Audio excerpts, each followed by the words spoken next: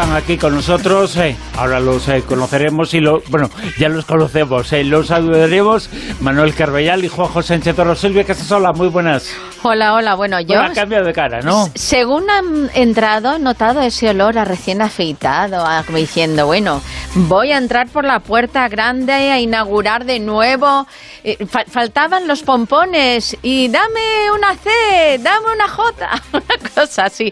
No, pero la verdad es que es emocionante que puedan volver a venir nuestros colaboradores y que nos veamos las caras y eso, pues las emociones, los gestos, el interactuar, es que no tiene nada que ver. Que Bruno nos llame gente, así para empezar, ya la primera frase. Que no nos recuerde. La primera recuerdo. Entramos con el carnet en la boca para que nos reconociera. Sí. Juan José Sánchez Toro, Manuel Carballal, muy buenas, ¿qué tal? Hola, muy buenas. Venimos a refrescarte la memoria, sí. ¿no? Decías que ¿Quién eres no tú? Conoces, ¿Me hablas? ¿Hablas a alguien que no conoce? ¿Te pasa algo? Eso digo yo. Sí, joder. Yo he venido para bailar con Silvia, que hacía mucho. Hombre, por supuesto. Sí, no conmigo te aseguro que no vas a bailar. No, seguro que no. Seguro que no. Yo sé que tú no bailas con gente. Evidentemente. Con la plebe. Josep Guijarro, muy buenas. Muy buenas noches, qué envidia me dais, ahí todos juntitos, pudiéndoos ver. Yo sigo aquí, conectado al HQ, pero con muchas ganas de entrar en la tertulia. Y mi primer pensamiento para los palmeros, para la gente de La Palma, que sé que pese a la espectacularidad de las imágenes y que será algo insólito que se va a recordar durante mucho tiempo, pues la gente de las zonas afectadas debe tener el corazón en un puño y mi solidaridad está con ellos. Ahora mismo estamos allí, también estamos esta noche en la tertulia Zona Cero con Mado Martínez. Mado, muy buenas, ¿qué tal? Buenas noches. Un día especial. ¿Dónde te cogemos? Hemos dicho por comienzo que en algún sitio de España estás viajando por todos sitios, ¿no? Sí, pero hoy justo acabo de volver a mi cuartel general. Vale. O sea, que hoy estás feliz. Sí. Hoy ya estoy en casita. Y nos vamos hasta Canarias. Vamos a escuchar y tenemos con nosotros al periodista, al investigador. Hemos estado en muchas ocasiones con él. Hoy también estamos con él. Lo escuchamos hoy. Muy importante en las Islas Canarias. Esa erupción. Hemos visto imágenes y hemos visto cosas que pensábamos que jamás íbamos a ver. La erupción de un volcán. En este caso, en La Palma, en la isla de La Palma, el volcán de Cumbre Vieja. Ha habido imágenes verdaderamente apocalípticas que yo pensaba que jamás las íbamos a ver, pero no se han visto en tan pocas ocasiones. Bueno, se han visto en pocas ocasiones en la historia, pero se ha visto en algunas. Nos lo va a contar información muy importante y muy reciente sobre el asunto. Está allí, está en Canarias, está en Tenerife exactamente. José Gregorio González, muy buenas, ¿qué tal? Buenas noches, Bruno, y buenas noches a todos los compañeros. Hola, José Gregorio. Bueno, cuéntanos, José Gregorio, ¿cuál es la última hora de una erupción volcánica? Que la gente no se piense que esto empieza y acaba rápido. Esto puede durar días, semanas, meses e incluso años. Sí, la verdad que es bastante impredecible el tiempo que puede llegar a prolongarse una erupción. Sabes cuándo comienza o ves cuándo comienza, porque ni siquiera somos capaces de predecir el momento en el que va a ocurrir, pero desde luego hasta que no se vacíe la cámara magmática y deje de recibir nuevos suministros, pues evidentemente va a estar saliendo lava, va a ir disminuyendo, obviamente va a ir cambiando un poco los procesos, pero en este momento, es decir, han pasado pues 12 horas o menos de 12 horas, pues es muy pronto para saber cuándo puede llegar a finalizar esto. Y esto es lo que genera pues mucha incertidumbre, ¿no? Desde la incredulidad inicial de que finalmente algo que se había venido anunciando como probable en las últimas semanas, especialmente en los últimos días, a pesar de eso, que se convierta en un hecho ya constatable, ¿no? Al verlo ya, pues genera cierta disonancia, incluso diría yo, ¿no? Cognitiva, ¿no? Entre lo que esperas, crees que te han dicho que va a suceder, pero que aún no te lo crees hasta que no lo ves, ¿no? Es un poco muy complicado, ¿no? Lo que la gente está viviendo, pero bueno, te evacúan, como ha ocurrido con muchísimas personas, muchísimas familias, y ya te ves envuelto. 10.000 personas van ya en la cifra, ¿no? Claro, más o menos. Creo que algo menos, pero sí de forma preventiva ya están avisados otros núcleos poblacionales, porque en cualquier momento, en función de hacia dónde vaya la colada volcánica, seguramente tendrán que seguir con las evacuaciones, ¿no? Y ves que ya es una realidad constatada, en algunos casos convertida en tragedia para quienes han perdido sus casas o para quienes sus zonas de cultivo pues queden totalmente pues destruidas.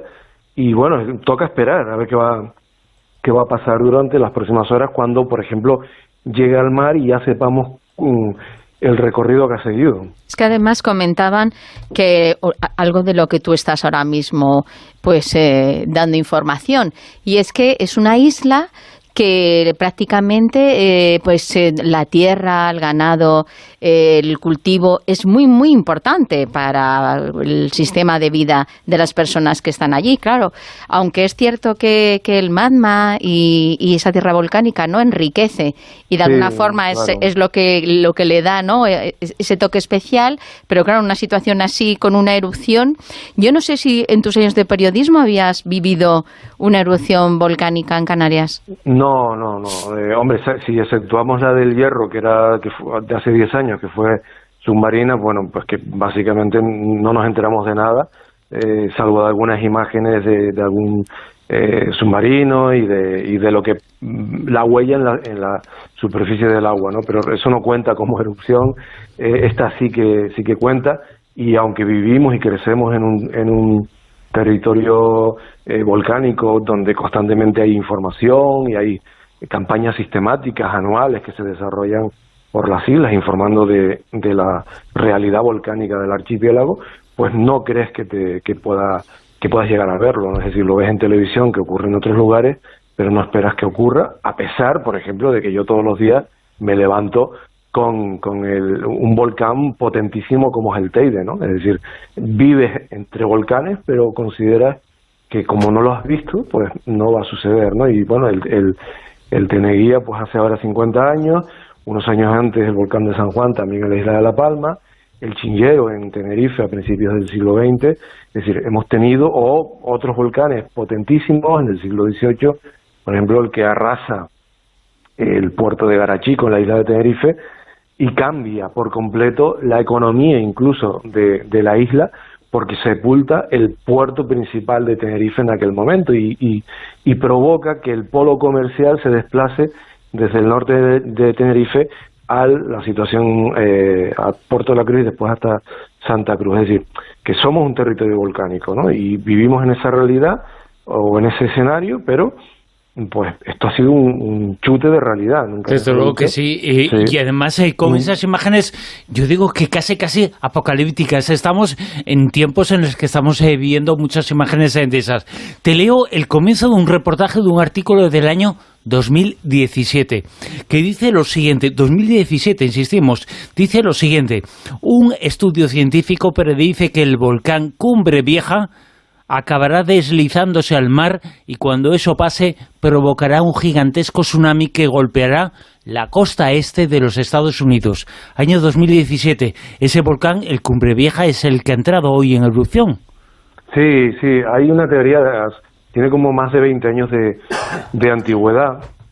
La encabeza un geólogo y vulcanólogo británico, Simon Day, y él estudió los volcanes de Canarias, también los de otras partes del mundo, cooperando incluso con expertos de aquí del archipiélago, y desarrolló esa teoría que en el momento en el que se publicó en revistas científicas, obviamente pasó desapercibida, pero en un momento determinado, pues esto llegó a los grandes medios, a los medios de comunicación, y generó una controversia que digamos que se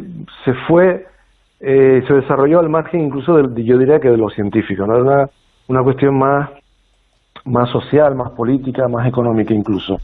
La teoría sostenía que la Cumbre Vieja era una zona, digamos que inestable desde el punto de vista geológico, y que un volcán con sus consiguientes movimientos sísmicos podría provocar un desgajamiento del terreno, un deslizamiento de bastantes de millones de metros cúbicos de territorio, irse hacia el mar y esto empujar obviamente el océano y generar un tsunami que afectaría, llegaría a las costas norteamericanas, ¿no? Afectando, pues, llevándose por delante algunas ciudades, ¿no? ¿Y creo recordar que incluso hubo un capítulo del CSI Miami donde lo desarrollaron, es decir, donde pues Horacio y los suyos pues intervenían tras ese tsunami provocado por el hundimiento. Esto motivó incluso que un autor de bestseller de Estados Unidos, no recuerdo su nombre ahora, pero que vendía muchísimo libro, muchísima novela, incorporase este riesgo a una trama en la que a partir del riesgo existente de deslizamiento lo provocaban artificialmente lanzando un misil desde un submarino. Es decir, esto digamos que tuvo un recorrido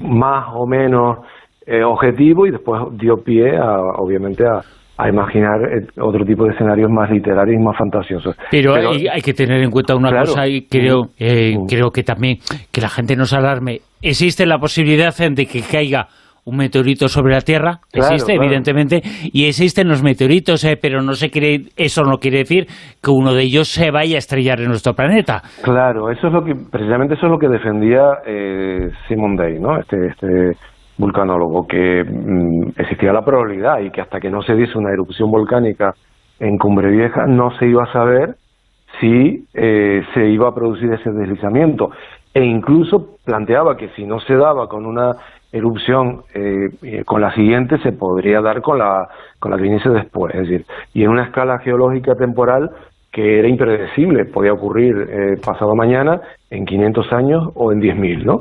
Digamos que ese era el escenario, pero en aquel momento esto generó, como digo, controversia, un debate importante, y se pensaba que podía dañar a los intereses turísticos, provocando una sensación de alarma, de inestabilidad en la isla, cosa que evidentemente no se sostenía. En fin, bueno, hubo una enorme controversia, y este asunto pues se ha resucitado en estos días. Incluso Simon Day sigue, hasta hace poco seguía manteniendo que había que esperar algún tipo de erupción para salir de dudas, ¿no?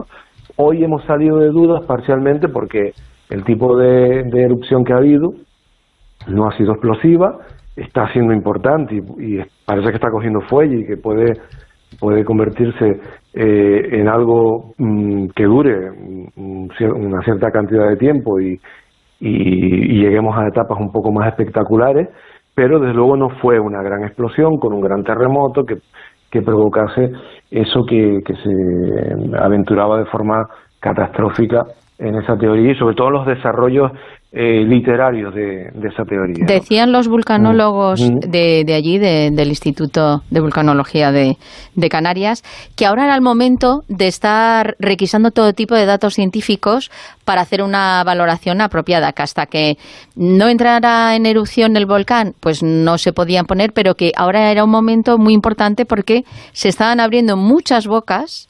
Yo me imagino que también será por la forma o la tipología del volcán a la hora de intentar soltar ese magma, ¿no? Claro. Y bueno, no sé hoy por hoy cuáles son los últimos datos que están comentando. ¿Cuántas bocas son las que se tienen registradas que ha abierto el volcán? Pues mira, Silvia, afortunadamente, como te digo, el tema de los volcanes, pues hay gente muy cualificada que los estudia desde aquí o los estudia desde toda España, con Canarias como espacio de investigación, y se conocen bastante bien un poco los mecanismos y cómo pueden evolucionar más o menos las cosas. Por lo menos existen esos escenarios plausibles, ¿no? Y en este caso en concreto ya hay una serie de datos.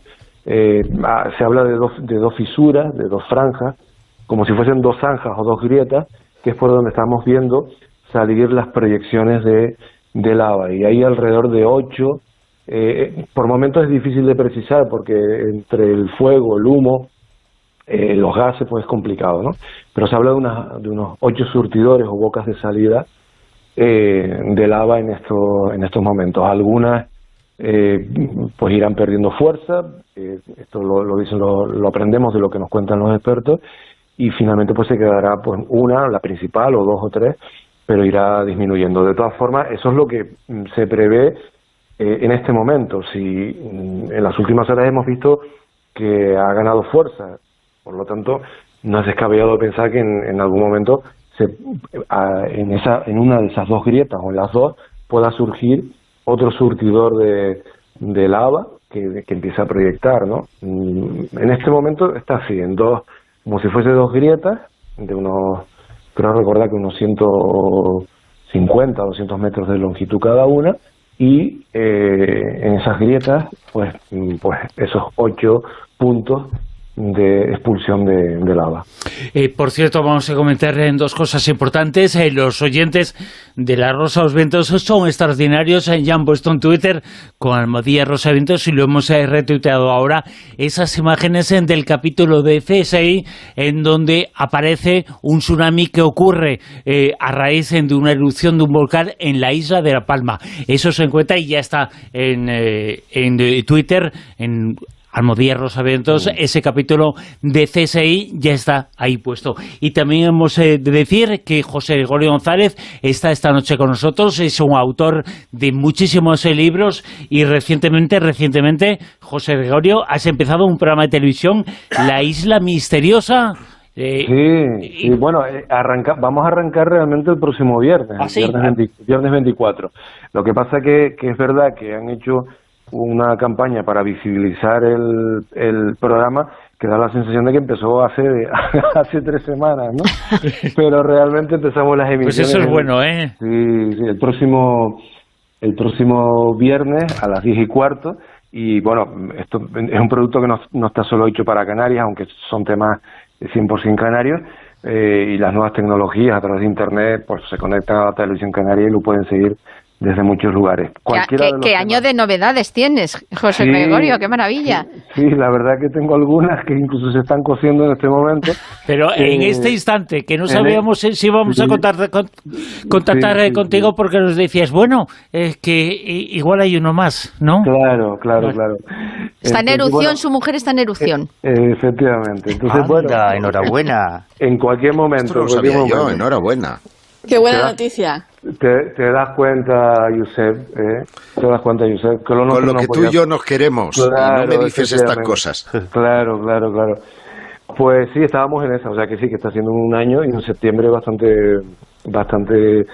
potente, hilando con lo anterior de las series. Los temas son canarios, pero la audiencia de La Rosa de los Vientos y por supuesto Josep, Manuel, Juanjo, Mado, bueno, y por supuesto Bruno y Silvia conocen perfectamente la inmensa mayoría de los temas que vamos a desarrollar en este programa de televisión, que bueno, sobre el que hemos puesto pues mucha ilusión, mucho trabajo y muchas ganas de contarlo bien, con rigor. La Isla Misteriosa, así se titula el programa de televisión que vas a empezar en tan solo unos días. En La Isla Misteriosa se cuentan muchos casos relacionados con el mundo del misterio.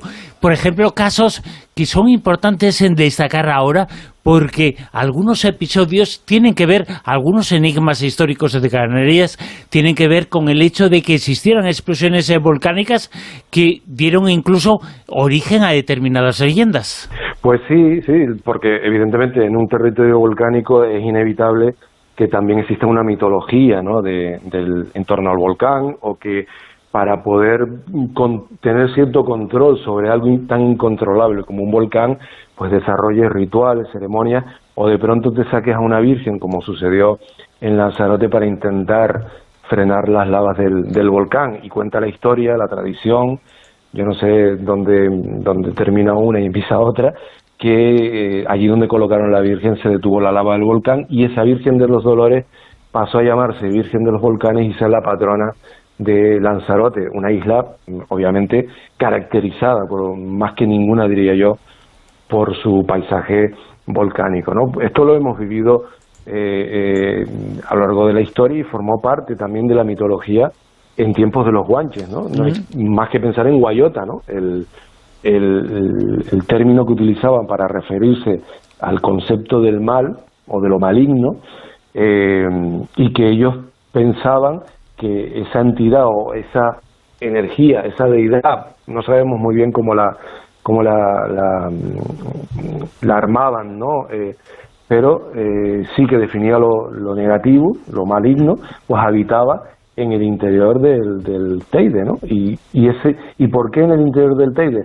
Pues probablemente porque a lo largo de de los siglos de poblamiento por parte de los guanches fueron testigos de erupciones volcánicas del Teide y de las consecuencias, ¿no? Y imagínate contemplar en la mentalidad del hombre antiguo pues una montaña reventando y escupiendo fuego, ¿no? Y del calibre del Teide, que es un volcán explosivo, ¿no? O sea, de hecho, si me dejáis decir, he visto que era trending topic el Teide. Digo, caramba, a ver qué ha pasado. Y realmente es que están todos los tinerfeños un poco con los weavers colocados ahí al lado de de la garganta, ¿sabes?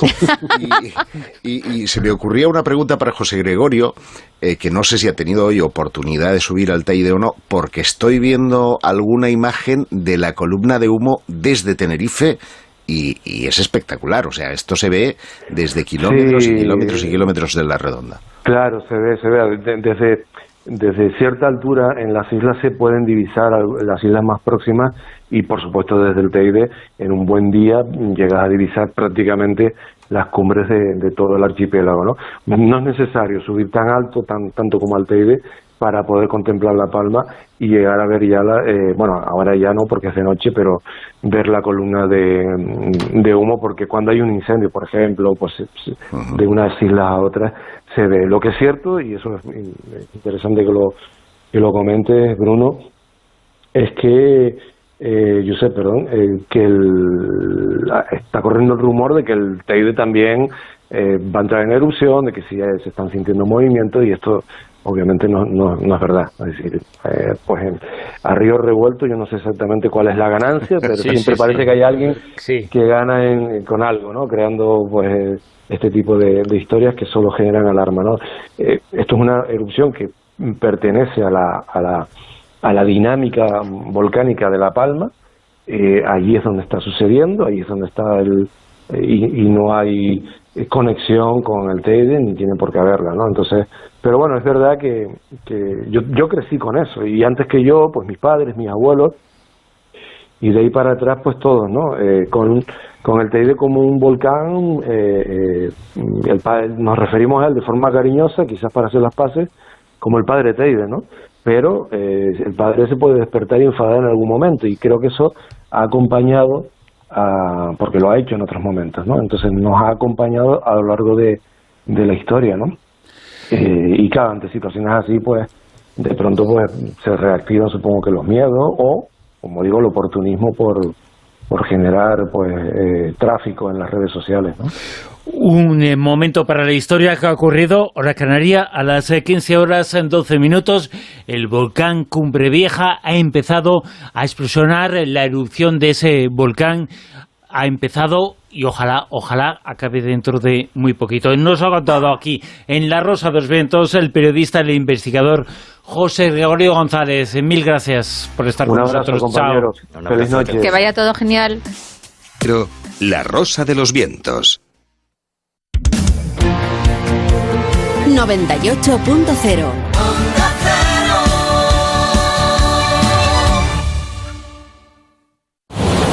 Este lunes, el tren de Radio Estadio tiene una única parada en el Camp Nou. Una nueva revisión para un Barça que no termina de arrancar. Se cierra la quinta jornada de Liga con el Barcelona-Granada. Este lunes en Radio Estadio, a partir de las 8:30 de la tarde, con Edu García. Si prefieres seguir la actualidad, en la web, la app y en el 954 de la Onda Media de Madrid, sigue las noticias del día en La Brújula, con Juan Ramón Lucas. Tú eliges. Te mereces esta radio. Onda Cero, tu radio.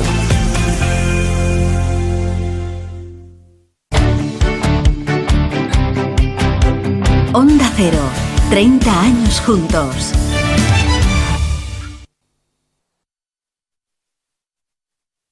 La Rosa de los Vientos en Onda Cero.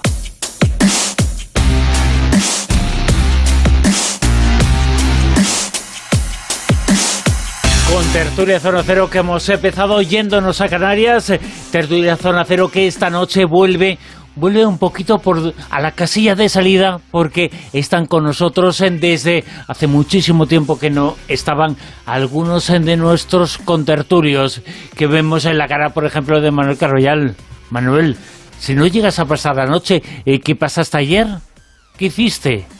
Anda, pues pasar mucho frío. Sí. Mucho frío, sí.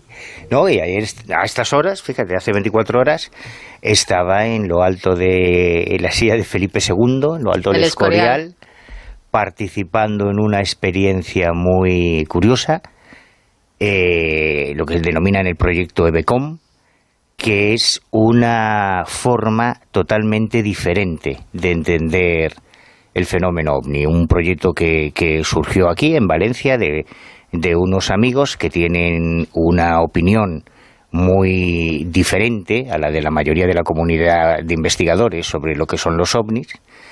Ellos, digamos que entroncan con todas aquellas teorías de Charles Ford o de John Keel, que sugerían que existían formas de vida extremófila no catalogadas por la biología, fotoluminiscentes, como una especie de amebas o de algas luminiscentes, pero en la atmósfera, y han desarrollado una tecnología para intentar interactuar con ellas. Entonces ayer hicieron un experimento y eso quería verlo. Y ahí estabas tú, ¿no? Hombre, evidentemente. ¿Y interactuasteis o no interactuasteis? Eso es lo que a mí me interesa. Bueno, yo solo pillé una de las, en tiempo real, solo pude ver una de las experiencias al lado del ordenador, porque luego, claro, llevaban dos equipos de este BECOM, uno con un ordenador con una pantalla que estaba conectado al generador de impulsos y a la cámara que captaba la supuesta reacción del objeto, y ahí sí, en un momento determinado, sí podías ver con bastante nitidez lo que estaba pasando. En las otras no estaba esa pantalla, por lo tanto tendrías que asomarte ahí al aparatito para verlo. Y sobre todo a mí lo que me ha sorprendido de esta historia es que hay mucha gente que dice que siempre se habla de lo mismo, que el tema OVNI no evoluciona. Las narices. En los últimos años hay una cantidad de nuevas visiones, de nuevos puntos de vista, de nuevas ideas, de nuevas hipótesis que no tienen nada que ver con las naves extraterrestres de los años 60 y 70, y que yo no sé si tienen más razón unas que otras, pero por lo menos hay mucha actividad, no sé si decir intelectual o creativa, en los últimos años en este tema, y mucha, sobre todo en el mundo de habla hispana, que es lo curioso. Por cierto, una de las informaciones y noticias que se comentaban mucho en ese tiempo, años 60, 70 y 80, era que la Luna, nuestro satélite natural, la Luna era una nave de otro mundo. Bueno, pues se ha reactivado esa hipótesis, Mado. Sí, bueno, mira, os voy a confesar una cosa, ¿puedo? Sí. Pues hace unas semanas estaba yo quejándome con una persona de ciertos dolores femeninos mensuales, y bueno, de repente me dice, pues eso es, porque se ha estropeado uno de los reactores que hay dentro de la Luna. Claro, yo me quedé así un poco ojiplática. Pero te lo dijo seriamente, ¿no? Sí, me lo dijo muy seriamente. Pero como soy muy educada y me gusta escuchar a la gente, pues ella siguió explicándome, prosiguió y me habló de que dentro de la Luna había 3 motores, reactores que habían construido unas razas de estas alienígenas, pero que ya no los iban a arreglar más si se estropeaban. Y es que se había roto, se iba a quedar roto, y que como esos motores o reactores o lo que fueran estaban relacionados con no sé qué historias del velo en la Tierra, pues por eso a las mujeres nos dolían las menstruaciones ahora tanto y tal. ¿Qué os parece, muchachas del mundo que nos estáis escuchando esta noche en la radio? Que os dé regla porque se ha abriado un motor dentro de la Luna. Pues fíjate, yo estoy todo muerto, ¿eh? Estaba comentando Manuel que hay ahora mucha evolución, mucha hipótesis, pues otra más. Otra más. Bueno, además es que ahora lo del terraplanismo se está sustituyendo por la Tierra hueca y la Luna hueca otra vez. Estamos resucitando viejas teorías que yo pensaba que la burrada más gorda que había habido era esa. Tanta tierra hueca, luna hueca. ¿No será hueco el cerebro de quien lo dice? Que esta gente vota, ¿eh? Joder, imagínate que mañana claro, de la Confederación Galáctica, yo qué sé, el partido contra los reptilianos, los Illuminatis, o lo que se les pase por la cabeza. Yo hasta que no haya el festival Eurovisión del universo cantando, no me creo que claro, cuando ya participe la Confederación Galáctica ya nos lo creemos, exactamente. Eso. Bueno, vamos a hacer un poco de historia, que además estos pues lo están viendo seguramente en los canales estos tan famosos de YouTube que tienen millones de seguidores, además, pues no os voy a mencionar, ¿vale? Pero ya sabemos qué canales son. Así que, venga, vamos a ello. Apolo 12, que dejó caer un módulo lunar, la tripulación dejó caer un módulo lunar en la superficie y estuvo resonando en los sismógrafos así como 8 minutos, parecía el sonido de un gong. Y un año después pasa lo mismo con el Apolo 13, que tiene unos problemas técnicos y deja caer un cohete desechable sobre la Luna y otra vez resuena, esta vez durante 3 horas. Y claro, pues los de la NASA en aquella época pues se mosquearon y empezaron a especular con la posibilidad de que la Tierra fuera hueca porque no se explicaban que el sonido vibrara durante tanto tiempo. Y como Ken Johnson, que era supervisión de las misiones del Apolo en la NASA en aquella época, dijo que la Luna no solo sonó como una campana, sino que todo el astro se tambaleó de forma tan precisa que daba la sensación que había gigantescos amortiguadores hidráulicos en su interior, pues claro, dijeron esto y los rusos, que nunca habían puesto un pie en la Luna todavía, pero sí habían lanzado algunas misiones antes, además, acordaros, poneros en contexto. Años 60, finales de años 60, principios de años 70, cuando llegar a la Luna era algo así como llegar a Terra Incógnita y no se sabía lo que se podía encontrar allí, era como un territorio muy nuevo, cientos de personas dando rienda suelta a la imaginación, incluidos los miembros de la comunidad científica. Bueno, pues van 2 científicos de la URSS en el año 1970 y publican un artículo científico exponiendo la hipótesis de que la Luna es una nave espacial construida por los alienígenas. A ver, que nadie se eche las manos a la cabeza, que todos nos acordamos de Mirlo Rojo y a veces, pues cuando nos llegan imágenes de Marte, algunos hasta ven caras de Belmez ahí, ¿vale? Claro. Que el cerebro humano es así, tampoco vamos a rasgarnos las vestiduras ahora, que todos hemos visto a la Virgen en una miga de pan, ¿eh? No nos engañemos ahora, ¿eh? Y bueno, el cerebro humano, pues eso, está diseñado para encontrar patrones, formas coherentes y el mito es una de las cosas que ha dado sentido a nuestra existencia durante siglos, ¿no? Bueno, pues Sherkov y Basin afirmaron que se trataba de una nave espacial gigante y muy antigua, cuyo interior fue llenado de combustible para los motores, materiales y herramientas para las reparaciones, instrumentos para la navegación, equipos de observación y todo tipo de maquinaria ahí, imaginable en el interior de la Luna. Todo lo necesario, en definitiva, para que esta carabela del universo sirviera como una especie de arca de Noé de los extraterrestres. O sea, como una especie de satélite búnker ahí dentro que ellos pusieron en órbita y protegieron con estas cortezas de esa superficie lunar que sería como un escudo. Y bueno, que tal vez incluso pudo ser el hogar de toda una civilización, especulaban, que preveía una existencia prolongada de miles de millones de años y largos viajes por el espacio de millones de kilómetros. Y para los científicos soviéticos, el tiempo transcurrido hizo que la tecnología de esta nave, además, se dañara. Tanto el fuselaje como los instrumentos se fueron, en teoría, degradando, ¿no? Un poquito ahí en cierta medida y ahondaron en la suposición además de que este satélite terrestre está averiado y necesita reparaciones. Y bueno, es un poquito rescatar un poco esta historia que dio origen a esta leyenda de la Tierra hueca en aquella época. Yo ya sé lo que están haciendo los chinos en la cara oculta de la Luna. ¿A que sí? Claro, está clarísimo. Que va vamos. un túnel. Están ahí contactando con todo lo habido y por haber y copiando todo. Claro, nada de ni tosfera, ni núcleo sólido, ni núcleo semilíquido, ni nada de nada. Que Manuel Carvallal, cuéntanos porque en cierto modo lo que has contado es la vinculación, no es exactamente lo mismo, pero la vinculación a la electrónica del tema OVNI, porque en cierto modo todo lo que tiene que ver con la guerra electrónica ha sido nuevamente actualidad en el tema OVNI. Y más que va a ser. Además, tenemos ahí en marcha un proyecto que puede ser muy sorprendente en ese sentido. Y esta semana, fíjate, sin ir más lejos, yo esta semana tuve un par de reuniones, una en Valencia, con unos representantes de la ufología científica más racional, que en su día estuvieron investigando el caso Manises y las vinculaciones del caso Manises, sobre todo de la primera de las 5 fases del caso Manises con la guerra electrónica, y luego en Guadalajara con un amigo militar que está destinado en una unidad de guerra electrónica que me ha estado contando cosas muy alucinantes de lo que pasa en el mundo a nuestro alrededor y no somos conscientes. Porque la guerra electrónica, que ha venido a sumarse a todo este mundo de nuevas innovaciones, tiene un montón de elementos: contramedidas, camuflaje radar, generación de falsos ecos de radar, interferencias en las comunicaciones.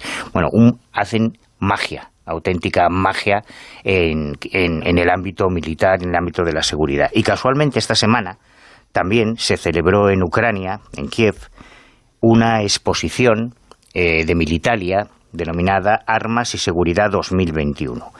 Y probablemente la cosa más sorprendente que se presentó ahí es una aeronave de Air Combat Evolution, una empresa ucraniana dedicada al desarrollo tecnológico militar, y se trata de el dron más moderno y más revolucionario que se ha diseñado hasta ahora. Lo denominan ACE-1 y es una nave absolutamente de otro mundo. Además coincide, hace un par de semanas, 2 o 3 semanas recuerdo, se publicó en varios foros de ufología una fotografía de un supuesto ovni de planta más o menos triangular que había sido tomada aquí en Europa, que es exactamente esto. Estamos hablando de un artefacto de 8 metros de longitud, 11 metros de ancho, con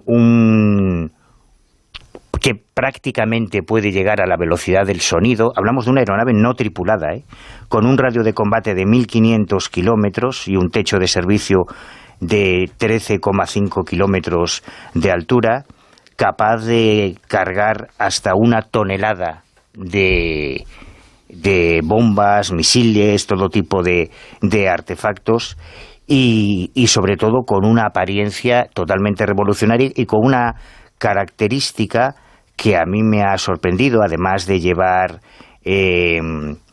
inteligencia artificial, bombas guiadas, bueno, todo un montón de juguetitos de estos sorprendentes. Tiene la capacidad de funcionar como un pez guía para otro avión de combate, o sea, colocarse a su lado y ser como un apéndice de ese avión de combate. O sea, de repente un testigo nos puede contar que está viendo un Eurofighter, un avión militar, y a su lado volando un extraño artefacto de aspecto triangular pegado a él como si fuese un apéndice. Bueno, pues eso es este aparato que además ha rebajado muchísimo el precio de esta tecnología en el ámbito militar, y en los próximos... Ahora están ocurriendo un montón de cosas que nos están dando mucho trabajo a los investigadores porque antes no existían. Ahora hay un montón de cosas en los cielos, como los drones, por ejemplo, o los puñeteros satélites de Elon Musk, que a mí cada 2x3 me están llamando testigos a las 8 de la mañana, diciéndome que están esperando el autobús y que de repente están viendo una cosa rara en el cielo, como un tren de luces, de sí, hijo, sí, ya, o sea, son los satélites del Elon Musk, nada, coge el autobús y vete a trabajar, que no tiene nada de raro. Claro, pero ahora... además de todos los fenómenos naturales, meteorológicos, atmosféricos, astronómicos, que pueden generar confusiones con ovnis, nos estamos encontrando todos los días con que están apareciendo nuevas cosas en los cielos a las que vamos a tener que prestar atención. Y en algunos casos de pilotos, fíjate, ayer estuve recogiendo además el caso de un comandante de las aerolíneas, de Avianca, de una aerolínea peruana, que tuvo un encuentro también haciendo ya la aproximación al aeropuerto de Montevideo, nos lo contaba ayer precisamente, y muchos de estos casos tienen que ver con guerra electrónica, con interferencias en las comunicaciones, con experimentos que se están realizando utilizando como conejillos de indias a otros aviones militares o incluso aviones civiles, así que vamos a tener que reinventarnos y reciclarnos para enfrentarnos a estos nuevos retos en la ufología. Y también vamos a tener que enfrentarnos a un nuevo tiempo en la conquista espacial, porque conquista lo que sea, acaban de volver a la Tierra los primeros astronautas aficionados. Sí, ya sabéis que primero fue Branson con Virgin Galactic, Aficionado amateur que te no gana nada. Bueno, se lo pasan fenomenal. Sí, Luego sí. Bezos con Blue Origin y ahora Elon Musk. Tu querido Elon Musk, pues él con SpaceX pues ha conseguido hacer ese primer vuelo espacial turístico, el vuelo orbital, que tiene el título de Inspiration 4. Bueno, pues nada, están encantados los 4 tripulantes, son civiles, estuvieron 3 días, partieron el jueves 16 de septiembre desde el Centro Espacial Kennedy, ha salido todo fenomenal, fueron a bordo de un cohete Falcon 9.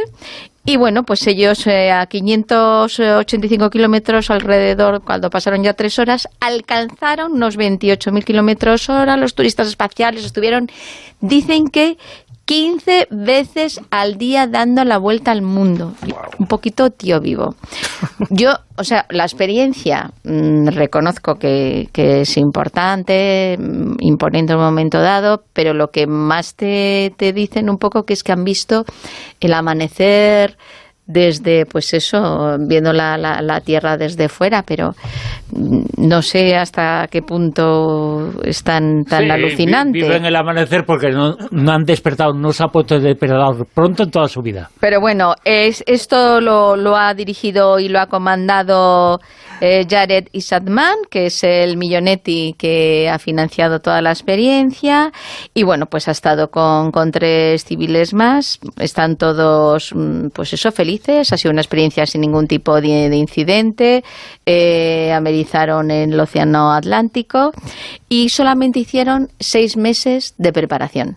Normalmente los astronautas pues se preparan años y tal, y bueno, pues ellos con un poquito de control de la frecuencia cardíaca, del sueño, de la saturación de oxígeno en sangre, que las habilidades cognitivas estuviesen en perfectas condiciones, pues han hecho un viaje fenomenal de 3 días en órbita y están encantados. Las personas que estuvieron acompañando al millonario, a Jared Isaacman, pues era Sian Proctor, que es una profesora de geografía de 51 años, Chris Embroski, de 42, y que es alumno de las fuerzas de los Estados Unidos, y bueno, una médica que se llama Harley Arsenault, que es una asistente médica de 29 años, que de momento es la mujer más joven que ha estado en el espacio. Wow.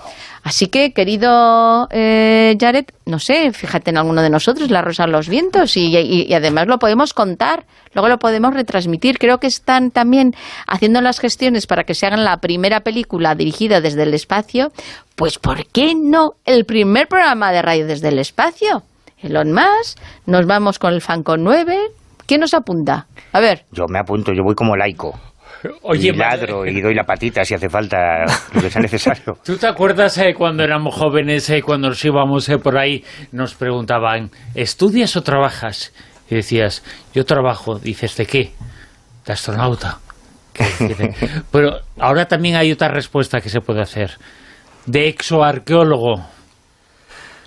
¿A qué se dedica, Juanjo? ¿Cómo lo hila? Eso digo yo, ¿a qué se dedica? Bueno, esto es una teoría, que es una manera de reenfocar lo que es la búsqueda de vida extraterrestre en el espacio, y la ha diseñado James Benford, que es doctor en física.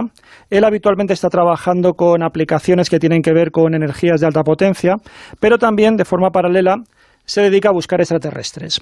Y ya empezó en el año 2010, en ese momento, publicando un artículo que tuvo cierta repercusión, lo publicó, y en donde ya empezaba a criticar la estrategia de búsqueda de vida extraterrestre que está realizando el SETI. Él considera que lo más habitual, aquí naturalmente es muy especulativo, pero a la vez yo creo que es bastante estimulante lo que cuenta. Él dice que esto de que realmente las civilizaciones alienígenas se dediquen a transmitir señales de una manera continua, que es un poco el presupuesto teórico del que parte el SETI, que esto realmente puede ser realmente más bien algo anecdótico, que él cree que realmente lo que puede ocurrir es que si existe en este tipo de civilizaciones extraterrestres y además quieren ponerse en contacto con otras civilizaciones extraterrestres del cosmos, lo normal es que sean bastante selectivos, no que empiecen a lanzar mensajes, como digo, de manera continua y permanente en todas direcciones, sino que sean bastante selectivos, que elijan apuntar pulsos estrechamente dirigidos a áreas estratégicas del espacio y que el SETI, en cambio, no estaba preparado para localizar este tipo de información.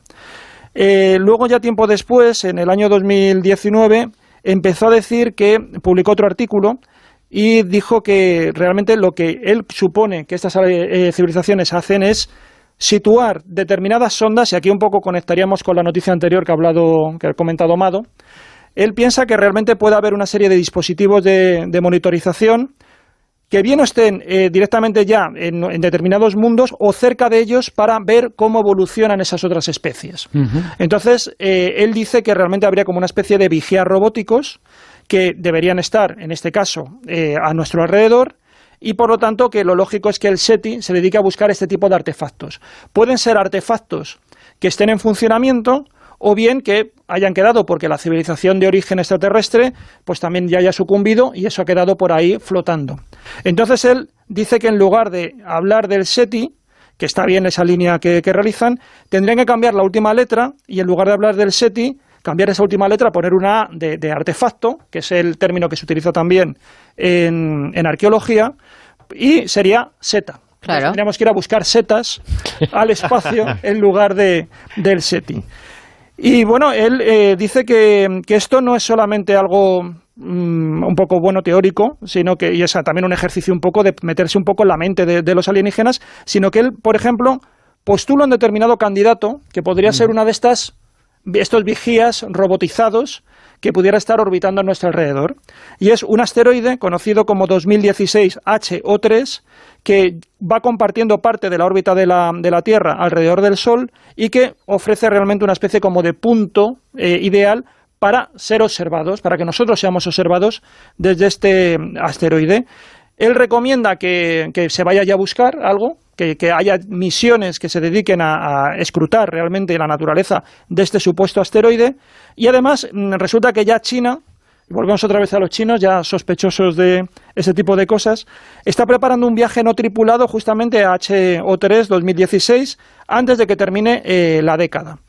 Todo esto, por lo tanto, estaría dentro de esto que tú has comentado, que sería algo así que es la exoarqueología, y como digo, sería ir buscando este tipo de restos. Buscar huellas de su presencia. Es una arqueología espacial orientada a la localización de este tipo de artefactos. Lo más curioso de esto, bueno, él por ejemplo, ya desarrolla toda una línea, que yo aquí hay algunas partes que son un poco conflictivas, porque dice que sería que tenemos un montón de fotografías de la superficie de Marte, de la superficie de la Luna, que están sin analizar, y que sería bueno que se desarrollaran determinados programas informáticos para ver si son capaces de detectar ahí algún tipo de estructuras artificiales.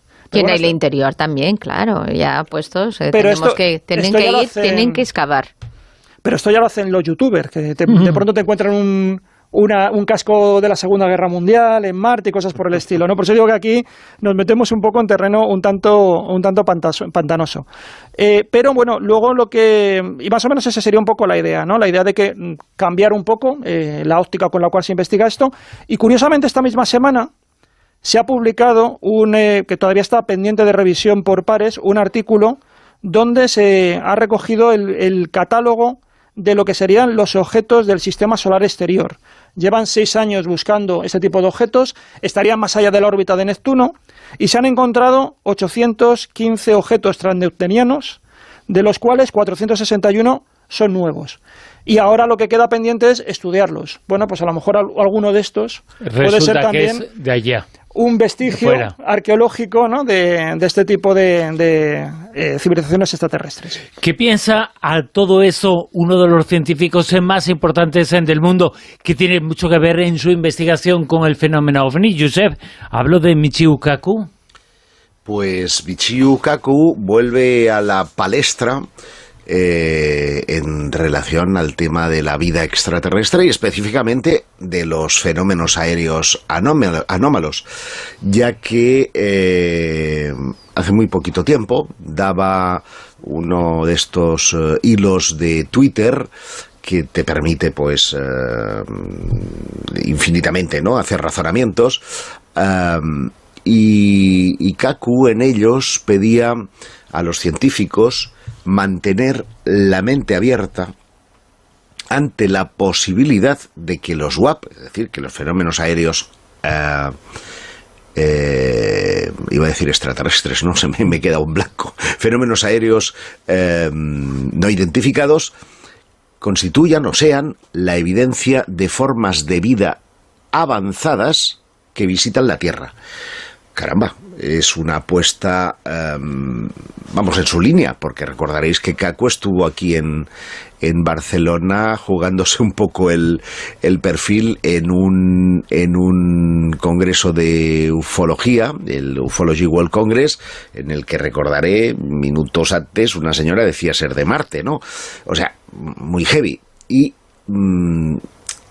hacía el siguiente razonamiento a su propio tuit, y es que decía: creo que es una pregunta científica legítima preguntar de dónde vienen estos avistamientos de ovnis. Esto no significa que proceda necesariamente de otro planeta, pero deberíamos estar abiertos a esa posibilidad. Muchos físicos se muestran escépticos porque las estrellas están muy lejos, pero eso supone que ET está solo a un siglo por delante de nosotros. Imagínense si los extraterrestres fueran millones de años más avanzados que nosotros. Se abren, por tanto, nuevas leyes de la física, así que mantén la mente abierta. Esta era, de alguna manera, la invitación de este astrofísico que ha hecho, no voy a decir una variación de 180 grados, porque él ya cojeaba de alguna manera en algunos de sus trabajos a la posibilidad de existencia de vida extraterrestre. Lo que ocurre es que hace una apuesta porque los WAP, porque ese fenómeno recién bautizado por el Pentágono y que ha dado lugar a un informe específico que fue presentado en el Congreso, pues tenga una naturaleza extraterrestre. Y no me voy a poner en plan conspiranoico porque no es el punto de ¿sabrá algo que los demás no saben? Yo tengo que decirte que no, que este hombre, dentro de su trayectoria y de su conocimiento de ovnis, no sabe nada, pero sí sabe de física. Y decía que las maniobras que están ahí reflejadas, pues no son maniobras que pudieran corresponder a seres humanos ni a ninguna potencia de la Tierra. La Rosa de los Vientos continúa. Ahora hacemos una pequeña pausa para las noticias, para la información, pero continúa hasta las 4 de la madrugada. Ya sabéis que a partir del domingo que viene, estamos todas las noches de domingo de 1 a 5 de la madrugada, aquí en la sintonía de Onda Cero. Lo dicho, hacemos una pausa, conocemos la información, la actualidad y después continuamos.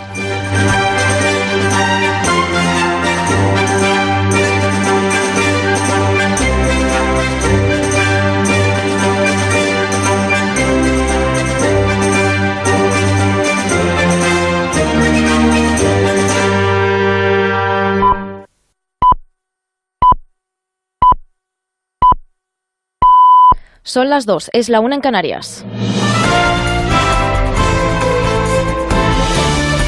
Noticias en Onda Cero.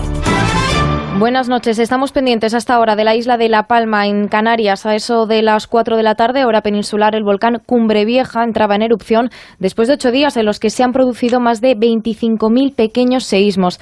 Desde que ha comenzado la erupción este domingo no ha dejado de salir lava de las 7 bocas que tiene este volcán. De momento no hay que lamentar heridos, hay eso sí al menos 8 viviendas afectadas. Ángel Víctor Torres es el presidente del archipiélago. Ha habido una previsión y ha habido unos 300 metros de cambio del lugar previsible, pero lo más importante es que ha sido en zona no poblada y se han producido todas las evacuaciones, unas 5.000 personas que están, la mayoría en otras viviendas. Hay muchas viviendas de segunda residencia que estaban en la zona afectada y que tuvo que ser evacuada, y también personas con movilidad reducida que están en las instalaciones militares. Son 5.000 los vecinos evacuados hasta el momento, pero la Guardia Civil calcula que ese número podría doblarse en las próximas horas hasta los 10.000 desalojados. Hasta la isla se ha desplazado la unidad militar de emergencia, también el presidente del Gobierno, Pedro Sánchez, que se ha unido a la reunión del Comité Director del Plan de Emergencias por Riesgo Volcánico. Ahora mismo estamos muy pendientes, lógicamente, de los incendios que se puedan producir como consecuencia de la erupción. Se van a desplegar no solamente Guardia Civil, que ya está, Policía Nacional, también bomberos forestales de los equipos de extinción del Gobierno de Canarias, sino también de la unidad de emergencias militar.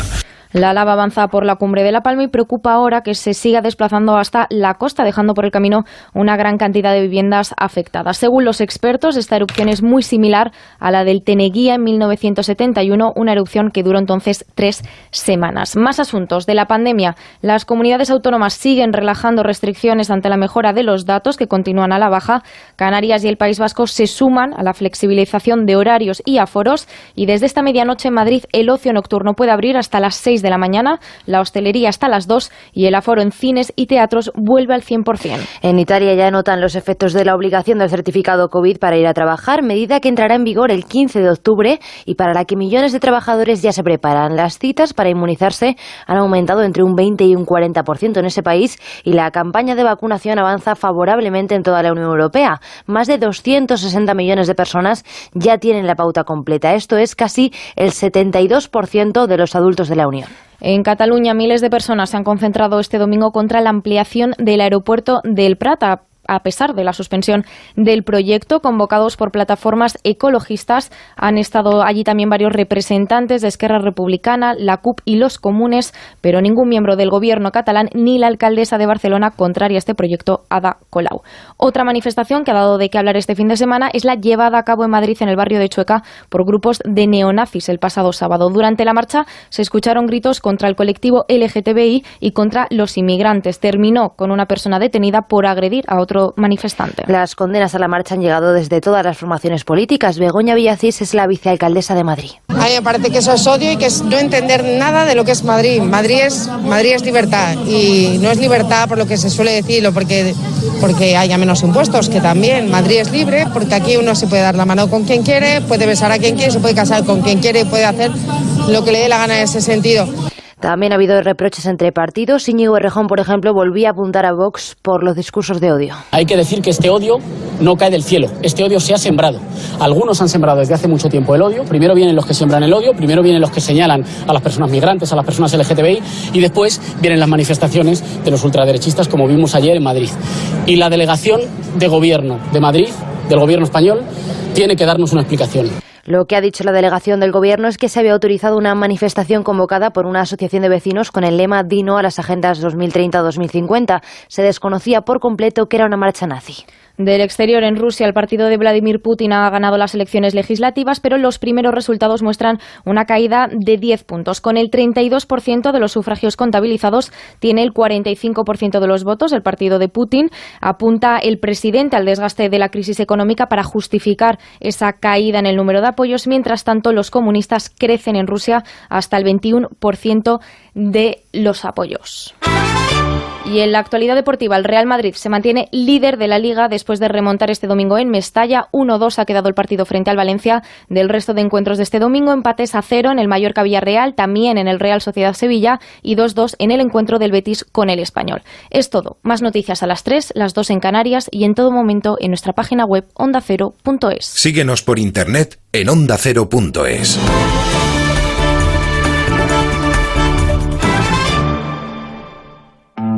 Cada tarde, a las 8, Juan Ramón Lucas repasa las noticias del día. Tiene la cuestión, desde luego, relevancia, por eso abrimos con ello, y un par de aristas: fina, sutil, oscura una, tosca, boba y hasta patética otra. Lo que ha pasado y lo que sigue vivo a esta hora. Mantenemos la línea abierta para cualquier novedad en torno a este accidente. Hay que centrar la atención en dos noticias de relevancia de última hora y que... La brújula, la actualidad con el tono cercano y dialogante de Juan Ramón Lucas. Además, tengo intención hoy de compartir su opinión, su punto de vista, reflexión, propuesta o crítica. Cada tarde a las 8 y siempre que quieras, en la app y en la web. Te mereces esta radio. Onda Cero, tu radio.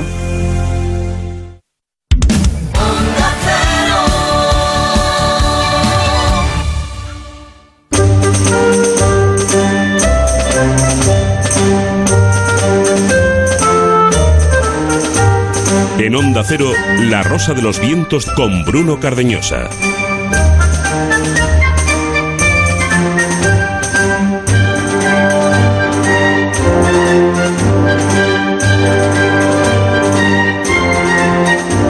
Seguimos en la tertulia Zona Cero, continuamos en La Rosa de los Vientos hasta las 4 de la madrugada, de 1 a 4, en La Rosa de los Vientos, en Onda Cero.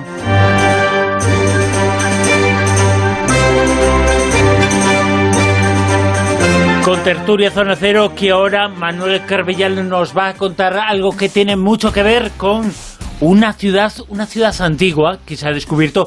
Vamos a abrir un bloque largo de temas relacionados con el pasado, con las civilizaciones del pasado. Nos situamos en Turquía.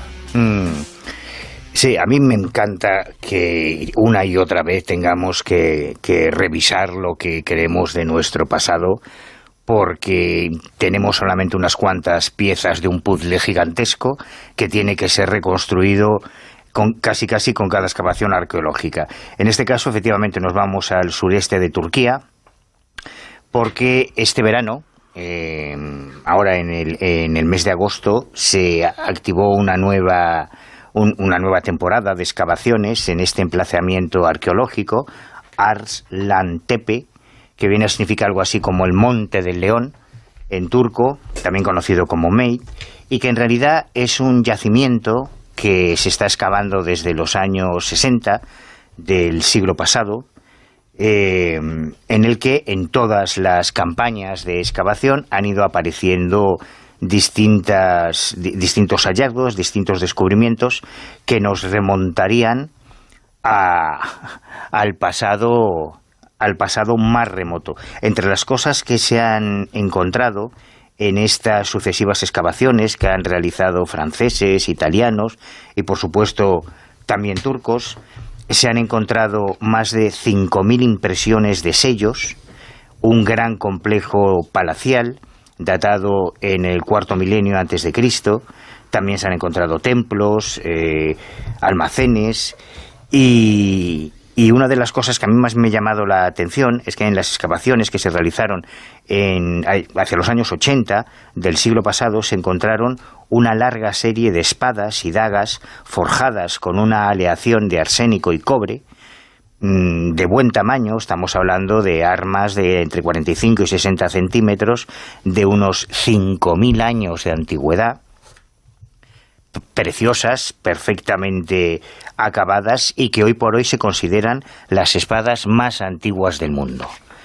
Y este año, entre los nuevos descubrimientos que se han realizado en la campaña que comenzó el 10 de agosto pasado, destaca un sistema de drenaje, numerosas esculturas de leones e incluso la representación de un monarca local, varias tumbas. Y según publicaba hace unos días National Geographic, esta excavación, este descubrimiento en Turquía nos hace otra vez volver a replantearnos si nuestros antiguos, en periodos tan pretéritos como en los que está datado este emplazamiento arqueológico, eran tontos de lava, como hemos pensado durante mucho tiempo, o viendo estas maravillas, estas espadas, por ejemplo, las más antiguas del mundo, tenemos que reconocer que nuestros antiguos tenían una capacidad, una creatividad y una inteligencia, pues que poco, bueno, no, en realidad que quizá mucho tendríamos que envidiarles a ellos. A veces no sé si esto que decía Darwin de la evolución es una evolución o una involución. Sí, y fíjate, a ese propósito, hablando de involución, acaba de comentar con Almudía Rosavientos, uno de nuestros oyentes en Twitter, con Almudía Rosavientos, comenta lo siguiente: ¿cuánto tardaremos en aves? ¿Cuánto tardaremos en ver negacionistas del volcán de La Palma? Pues yo creo que no tardaremos mucho. Por cierto, Manuel, el próximo domingo por la tarde, a las 7 de la tarde, te espero en la Feria del Libro, ¿no? Sí, allí estaré para llevarte el café y los churros, para que estés cómodo. Bueno, en la no hace falta que me lleves el café, simplemente hace falta que me aguantes un ratito hablando del libro, de La vida se torció. Ya, presupones que no va a ir ni Dios, ¿no? Y quieres tener a alguien que aplauda al final. Claro. Entonces ahí vas tú, para que la gente pueda darte las gracias por las noches que nos das aquí. Nada, y me llevo a Juanjo también y te hacemos ahí la coreografía. Yo le he preguntado si va a haber vino español y no me ha sabido contestar. No, y te he dicho que iba a haber vino del Cono Sur, para enrollarse un poquito. Sí, pero en Tetrabric, que no te hagas ilusiones. Sí, me lo temo. Vino Don Simón. Bueno, vamos a explorar el cerebro. Juanjo, ¿cómo lo hacemos? Uy, bueno, pues esto me ha resultado muy interesante, porque ¿cuántas temporadas tiene La Rosa de los Vientos? La leche.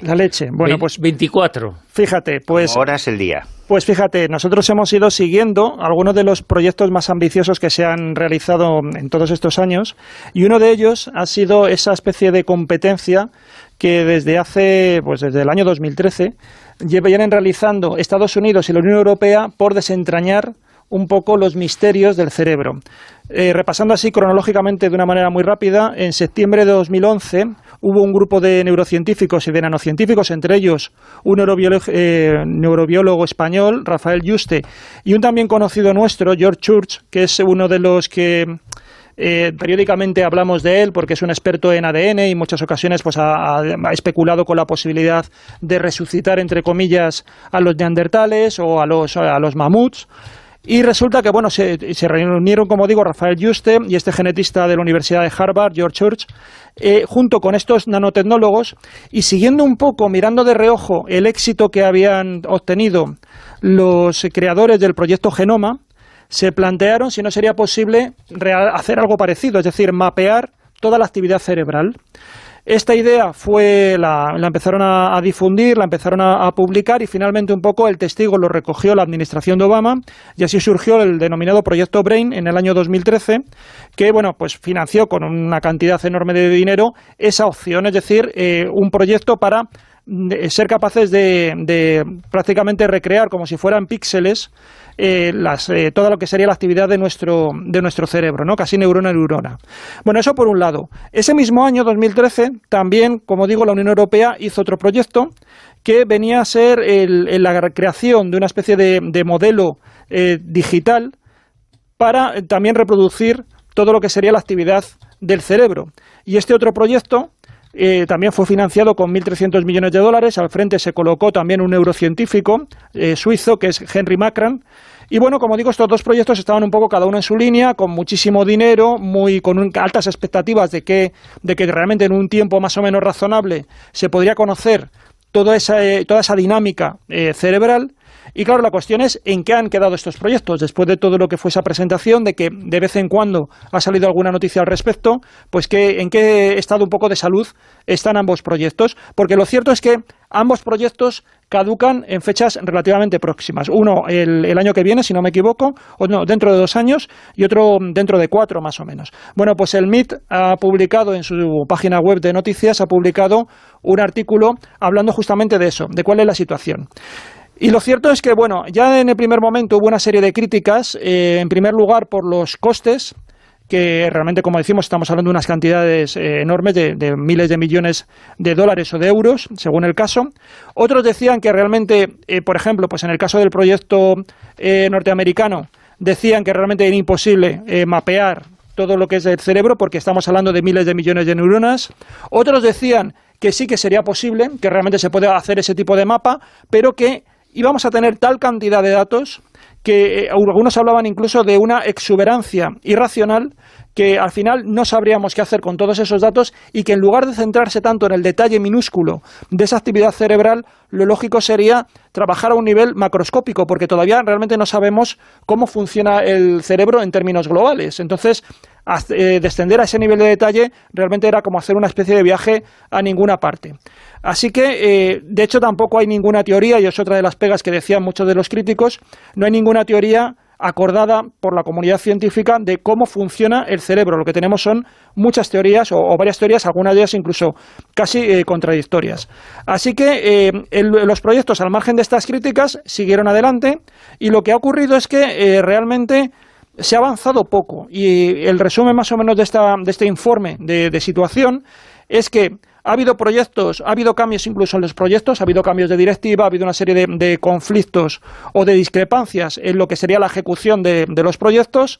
Y luego, en cuanto a resultados, bueno, pues el proyecto Cerebro Humano europeo publicó una especie de mapa digital en 3D, algo parecido a un Google Earth para el cerebro, pero está muy lejos de esa supuesta simulación, porque estaríamos hablando de una simulación digitalizada, es decir, algo dinámico. Aquí lo que tenemos es un mapa que tú puedes moverte por él, pero no te marca cómo son todos los flujos de actividad eléctrica o bioeléctrica que hay en el cerebro, ¿no? Y luego, por otro lado, la iniciativa norteamericana, lo que comentan es que realmente también está muy lejos de hacer toda esa gran pretensión que tenían, ese gran mapeo.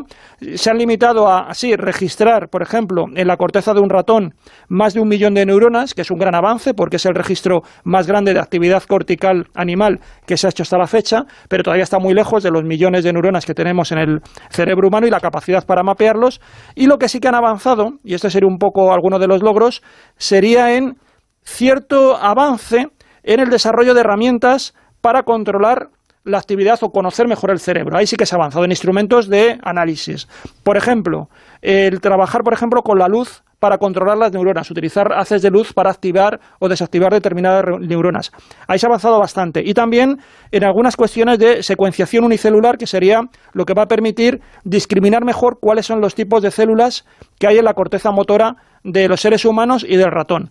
Por lo tanto, como digo, queda poco tiempo. El proyecto de la Unión Europea acaba en 2023, el proyecto de Estados Unidos termina su financiación en 2026 y estos últimos años van a ser determinantes para ver si se prorroga esta investigación o se reconduce en otra línea. Pero bueno, como decimos, con respecto a las expectativas originales, que en su día aquí ya comentamos, pues está bastante lejos.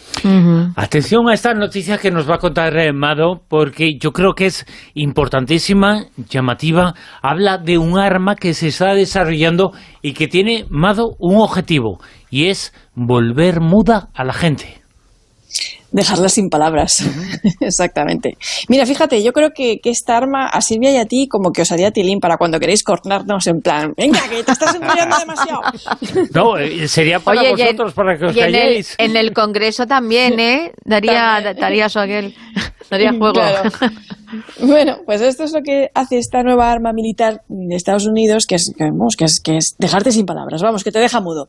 Lo bueno que tiene este sistema es que no te mata, no es mortal, no está diseñada para matar, solo para dejarte sin palabras. De hecho, solo puede usarse contra un objetivo a la vez, no de forma individual o contra un grupo de personas. Se llama sistema AHAT, que son las siglas de Acoustic Hailing and Disruption, que se podría traducir como bombardeo y disrupción acústica. Y en realidad está basado en otro invento, otro artilugio llamado Speech Jamer, que crearon unos japoneses y además lo publicaron estos ya en el año 2012 y estos ya a su vez ya hicieron un registro en la oficina de patentes y todo esto. Y lo curioso es que yo he visto un vídeo YouTube de anuncio de este artilugio que crearon estos japoneses. Entonces, lo curioso es que este invento lo hicieron con un objetivo totalmente distinto al militar y más jocoso. Porque ya digo que he visto el vídeo y en realidad era una maquinita en plan, ¿estás harto de tanta charla? Pues apuntala con el Speech Jamer Y es como un cacharrito que apuntas a la persona que tiene un puntero láser y todo, ahí en plan tocapelotas, y aprietas el botón y de repente, no, que te quedas loco de verdad viendo el vídeo, o sea, y de repente si esa persona está hablando por teléfono o lo que sea, o hablando ahí, empieza a balbucear, se queda así como medio tonta y llega un momento en el que es incapaz de articular palabras, y era como aturdida. O sea, es el regalo de las Navidades. Muy llamativo, porque claro. Qué bien hubiera venido usarlo ayer en el centro de Madrid para una manifestación que había de gente que estaba diciendo auténticas barbaridades. Hubiera venido estupenda para callarla, Yo todavía estoy trauma, que yo bueno, lo que pasó ayer en Madrid, esto es en 2021, no sé qué ha pasado. No sé qué ha pasado. Me los encontré de frente, o sea, ahí de frente, vamos, que me los comí. Bueno, mucho odio troglodita y por ahí mucho sociópata. Pero bueno, que estos estadounidenses lo que han cogido en la maquinita, la han modernizado, han mejorado la tecnología, pero que en realidad es un truco de magia potagia, porque seguro que estáis pensando esto, ¿cómo funciona? Vale.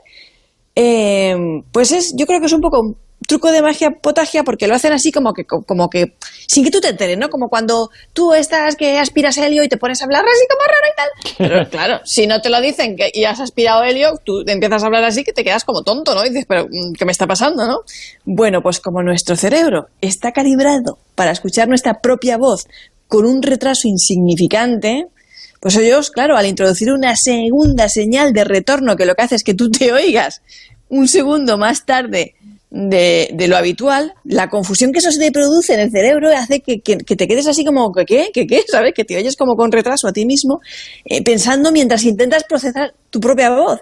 O sea, que es como cuando haces una conexión y estás con el retardo que te estás escuchando y te tienes que quitar el auricular porque si no, no sabes ni lo que estás diciendo. Es el idiotizador que decimos en la radio, Exacto. Y te crees que te estás volviendo tonto o que te pasa algo, ¿vale? Que hay algo ahí que no funciona bien. Y es un arma bastante light e indolora, bastante amable si la comparamos con otras armas no letales como la RAT, que emite un sonido de una potencia tan bestial que es capaz de dispersar grupos de enemigos y provocar migrañas hasta una semana después de haberlos escuchado. Wow. Jolines. Yo no sé si recordáis los compañeros... Hay gente que es capaz de darte dolor de cabeza solamente con su existencia, ¿eh? Sí. O sea, yo conozco alguno. Sí. Pero no sé si recordáis, en los compañeros del programa El Hormiguero han hecho este experimento varias veces. El del helio. Juego. No, el del helio no. El de colocar unos cascos al invitado con un pequeño retorno. Sí, claro, y es absolutamente imposible poder que puedan expresarse. Eso pasa a veces cuando hay un error, pero pasa a veces en la radio y es una experiencia muy difícil de contar, pero es muy complicado hablar escuchándote después, y ha pasado alguna vez, y a mí me ha pasado alguna vez, y es una sensación durísima y extrañísima. Y a vosotros, con el HQ y con el report, claro, porque había ese retorno y entonces era por mucho que te concentres no puedes verbalizar bien, es imposible. Bueno, y encima sabes que es el retraso de los cascos, pero imagínate que no lo sabes y te apuntan con eso y tú de repente empiezas a oírte raro ahí en tiempo real y dices, ¿pero qué pasa? O sea, que mudo no te deja, lo que te deja es un poco para allá. Exacto. No. Hombre, yo no sé si eso se puede denominar arma, lo que entendemos como arma, pero desde luego para las operaciones psicológicas, para hacérselo, imagínate en la Guerra Fría, poder ahí en las Naciones Unidas meterle el chirimbolo a algún político de la oposición para ridiculizarlo. Bueno, aquí también se puede hacer en el Congreso, estaría Ahora, divertido. También puede ser un... ridiculizan solos, no necesitan... Sí, también es verdad. Puede ser un uso nocivo también. Tú imagínate que a lo mejor estás intentando que una persona se crea que está turulata o que no va bien y resulta que está intentando más o menos encauzar su vida y de repente le empiezas a tirar el ya se vuelve loco perdido. Le dices que le han abducido los extraterrestres y se lo cree. Claro. Le han implantado ahí un microchip. Incluso hay gente que está participando ya en un crowdfunding para saber si vivimos en Matrix, Silvia. Bueno, gente, 1.127 patrocinadores han dado su pasta, han recaudado 236.590 dólares. Si fuera millones ya, imagínate, ya directamente habían creado un mundo. No había... 236.000 dólares no está mal, ¿eh? No, está bastante bien. Te da para una cenita, por lo menos. Sí. Y bueno, todo esto por lo visto viene del 2017, que un equipo de físicos propuso que había un método para averiguar si realmente vivíamos en una simulación, en un mundo simulado, como tipo Matrix, o no. Entonces quieren comprobar la teoría de simulación. Está saliendo el 2017 con el tema de Canarias, ahora con la teoría de la simulación. Pues bueno, el asunto es que se han puesto con ello y lo que quieren, porque hay muchísima gente interesada en saber si realmente se puede realizar esto. Entonces, ellos lo que comentan es que teóricamente podría llegar a ser posible. ¿Por qué? Porque dice que según estamos avanzando con la informática que hay, los conocimientos que hay, si pasados miles o incluso millones de años, pues lo más seguro es que nuestro conocimiento informático sea alucinante y que si nos expandimos, ¿no?, como estamos haciendo, visitando otros planetas y en el universo y todo eso, pues que incluso se podría aprovechar el poder de las estrellas, el poder energético de las estrellas o incluso los agujeros negros. Entonces, utilizando esa energía y mezclándolo, uniéndolo a nuestra sapiencia con los conocimientos informáticos, se podría perfectamente crear un mundo, una simulación de un mundo similar al que estamos viviendo nosotros ahora. Entonces dice que por qué nuestros descendientes no pueden ser lo suficientemente listos como para crear esta simulación de los antepasados, ¿no? O sea que a lo mejor nosotros que estamos aquí viviendo, pues descendientes nuestros que ya son mucho más listos que nosotros han creado este mundo. Entonces, pues bueno, pues eso es lo que ellos intentan averiguar. Y están haciendo pues esta simulación que dice que en principio pues claro, lo que hubiesen creado en la actualidad sería con recursos limitados, y entonces lo que habría que mirar es hasta qué punto habría esa simulación que estaría siendo observada por el jugador correspondiente. Entonces, claro, vamos, como que nosotros nunca estamos sin nadie que nos observe. Si existiera este mundo simulado tipo Matrix, siempre estaría un jugador observando. Entonces dice que la clave para averiguar, que lo que no explican es cómo lo van a hacer, la clave para averiguar si realmente estamos viviendo en una simulación tipo Matrix sería cuándo estaría disponible esa información de ese mundo que han creado para nosotros los observadores. No que los jugadores estuvieran observando, sino que nosotros, que son los que supuestamente somos los virtuales, pues cuando nosotros podemos hacer esa observación. Entonces, pues bueno, dicen que ellos están en disposición de poner esto en marcha y que pueden decir si realmente existe la posibilidad de que haya ese mundo que, como el nuestro que vivimos, que sea una simulación o que no, o que es imposible. O sea, lo van a hacer como teóricamente, ¿vale?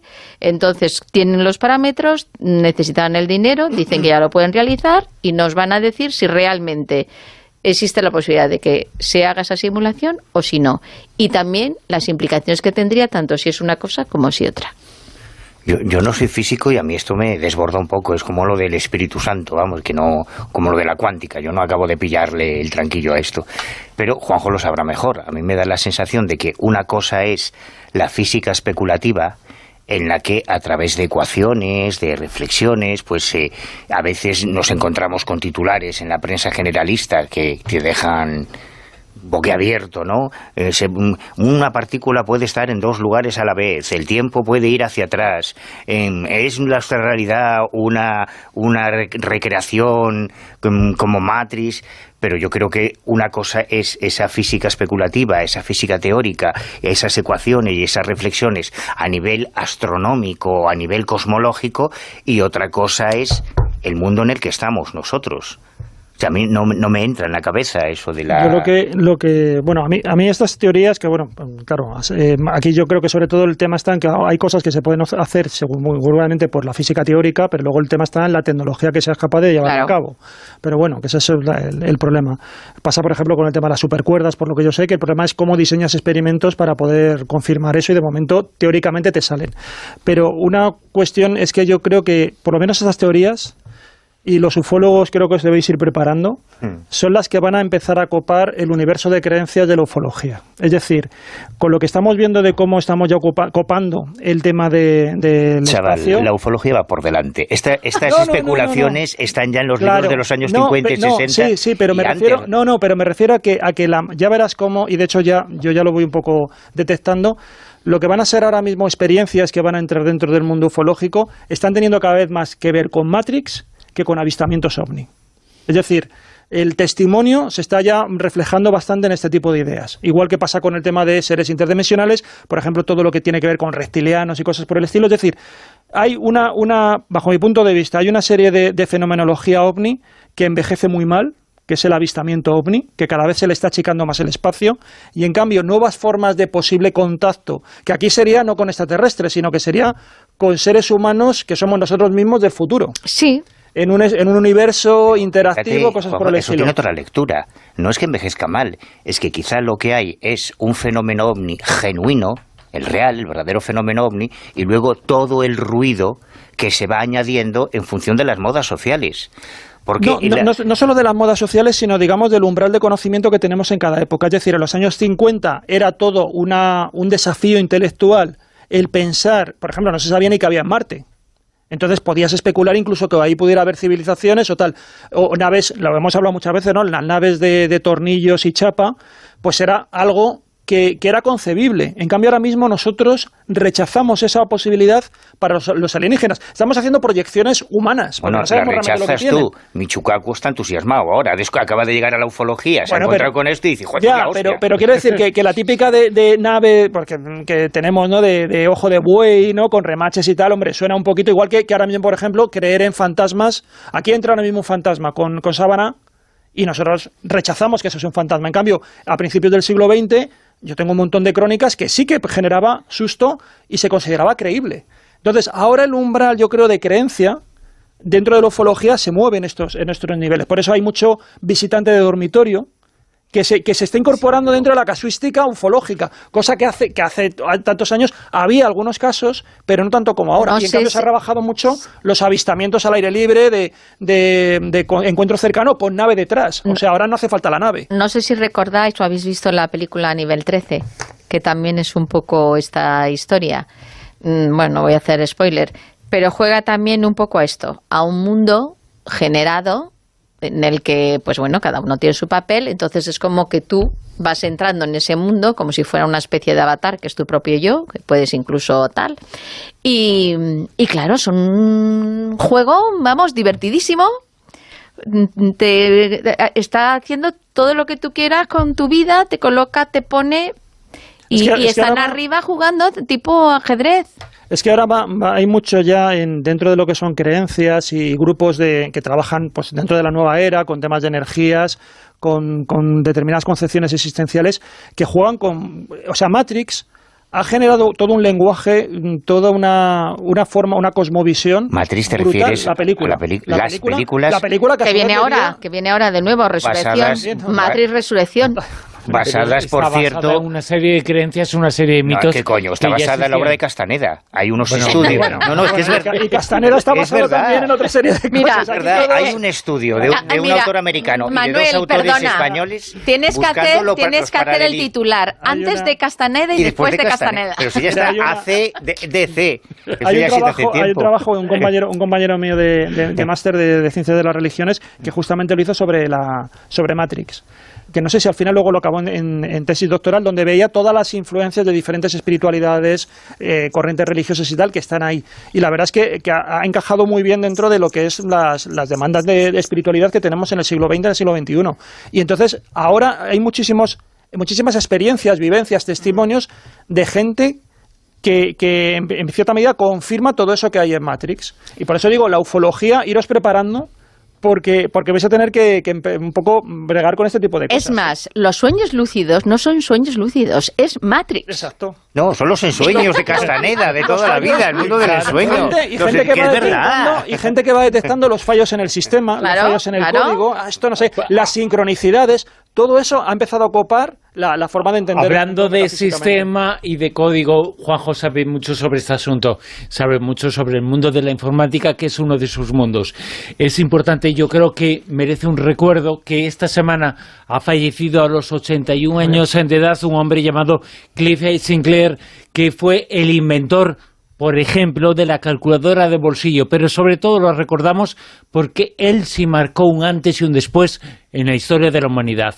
Él fue el inventor, el hombre que desarrolló el ordenador Spectrum, que fue el primer ordenador que estuvo en nuestras casas, que fue el ordenador después del cual vino absolutamente todo. Y yo creo que merece mucho recordar a este hombre que debería estar en el número 1 del podium de la historia del siglo XX, y es muy poco recordado.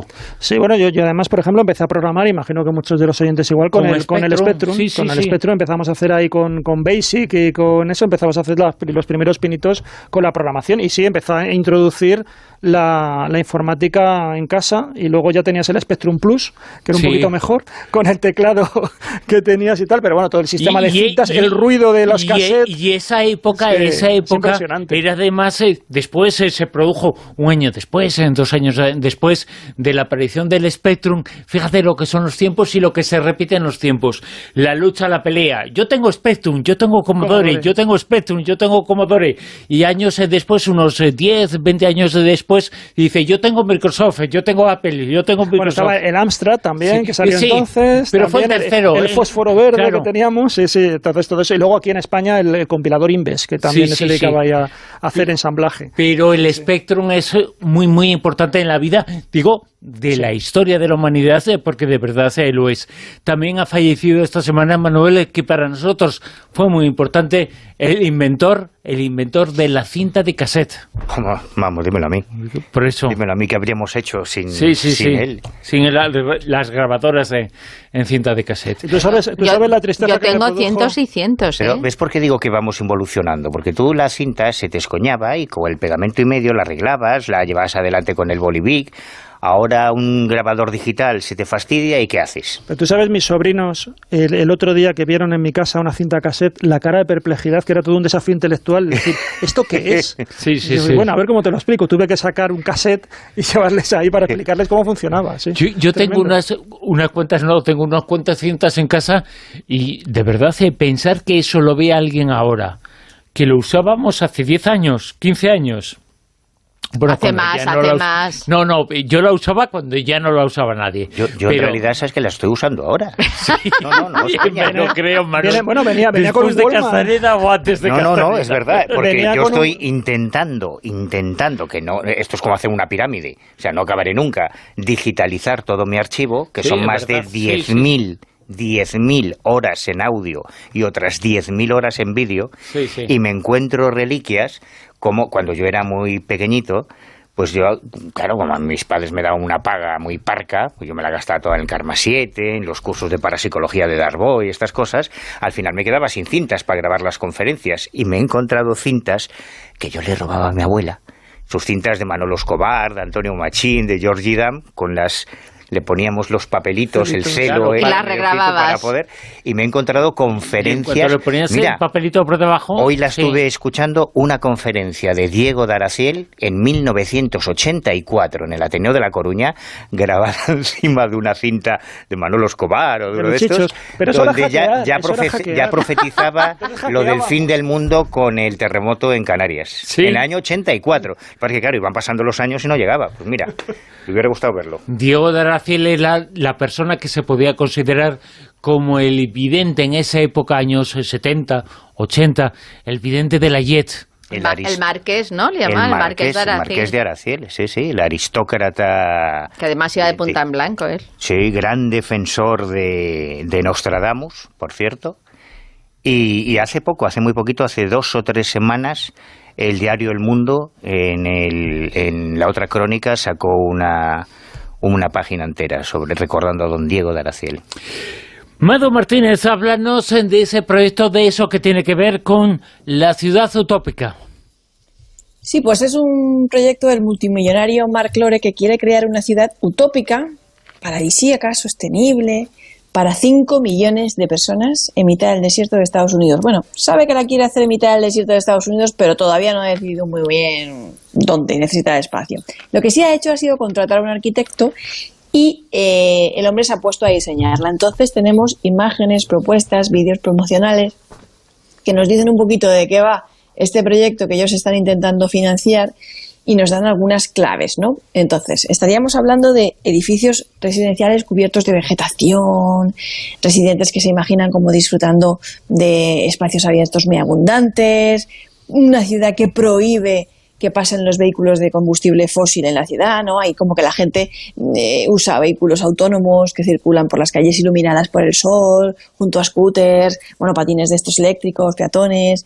Y hay un proyecto de rascacielos también que se ve en otra imagen que ellos han llamado Equitism Tower, que se describe como el faro para la ciudad, ¿no? El edificio cuenta con un almacenamiento de agua elevado en la parte superior, granjas aeropónicas, un techo fotovoltaico que produce energía y le permite compartir y distribuir todo lo que está produciendo. Y también promete una gobernanza transparente, o lo que se llama un nuevo modelo de sociedad, ¿no? Que la ciudad permitirá a los residentes además participar en el proceso de toma de decisiones y elaboración de presupuestos y estas cosas. Yo creo que estos no ha visto Aquí no hay quien viva, pero bueno.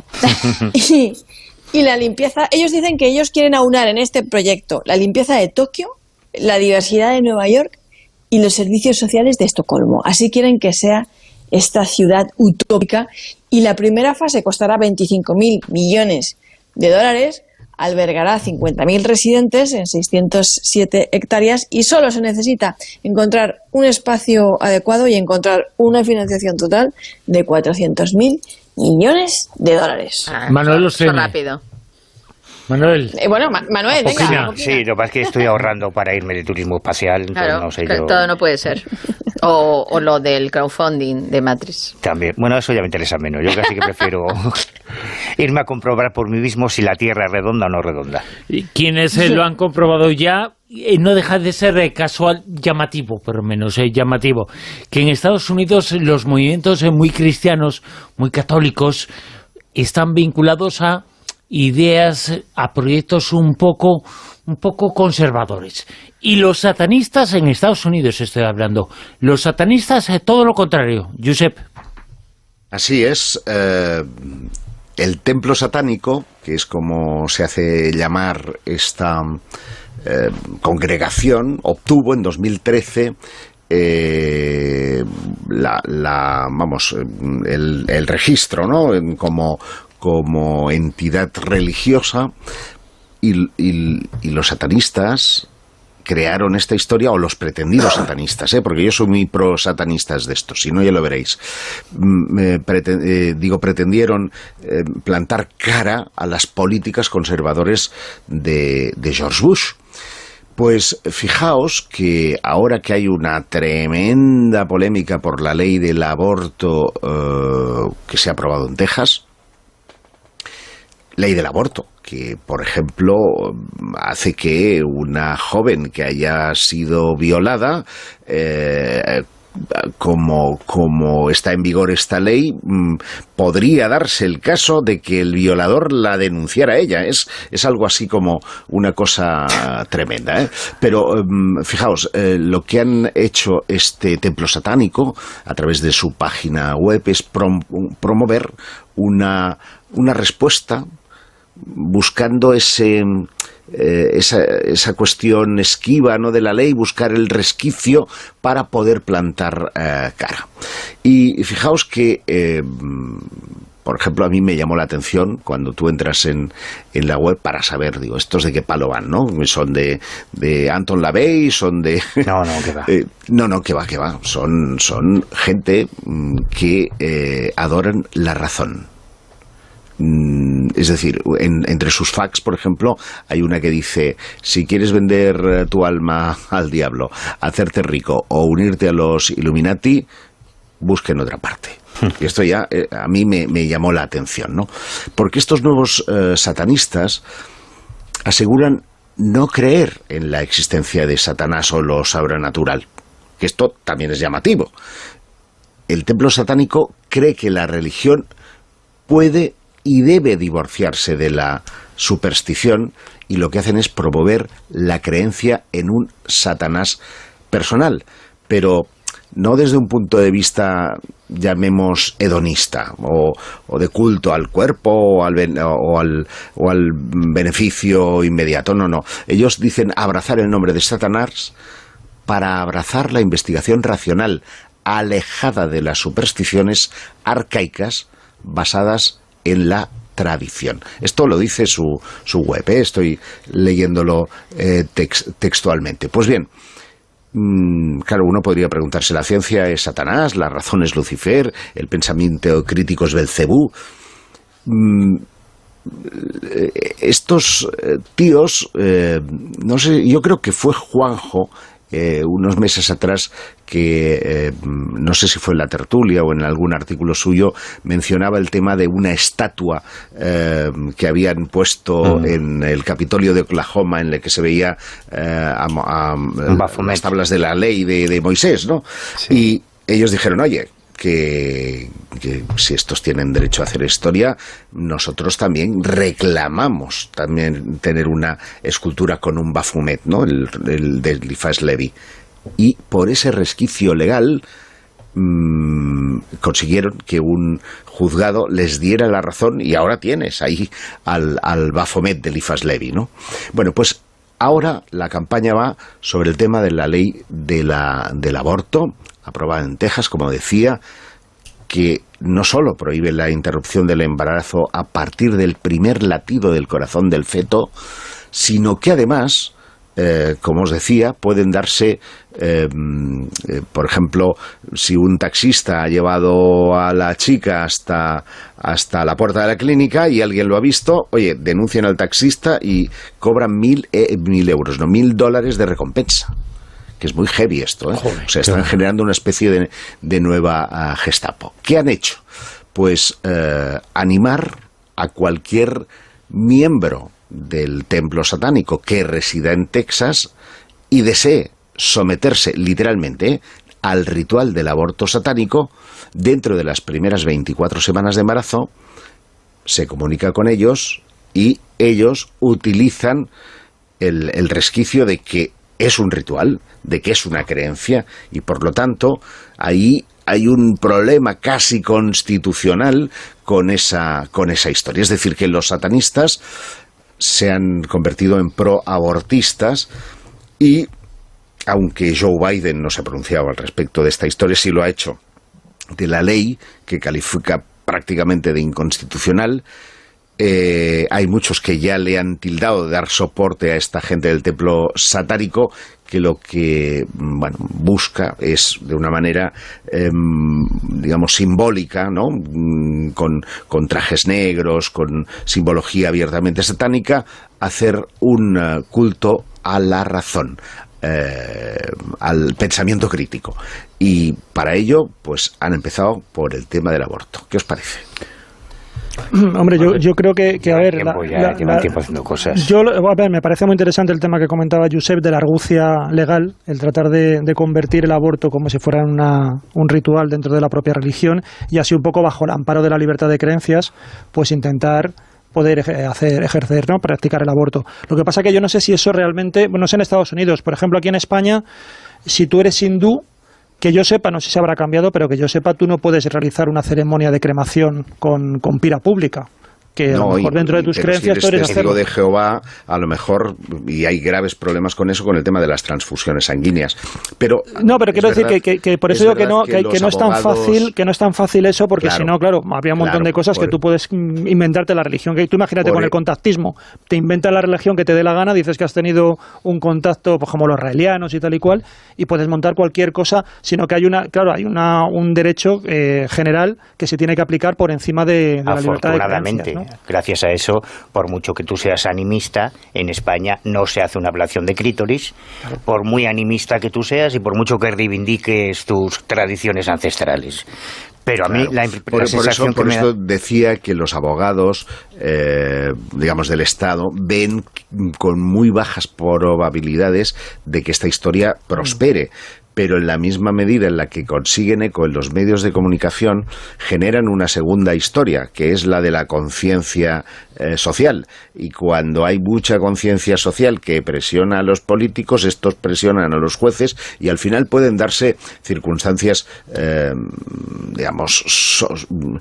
que se salen un poco de la ley, o sentencias un poco llamativas. Ya veremos qué ocurre. Es que esta es la clave de esta historia, tú lo has dicho, la repercusión social.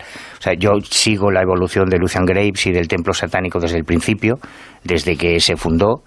Aquí en España estuvo a punto de crearse, temporalmente una delegación en su momento, y lo que ha venido a hacer Graves y los fundadores del templo satánico es revolucionar el satanismo con unas técnicas de marketing extraordinarias.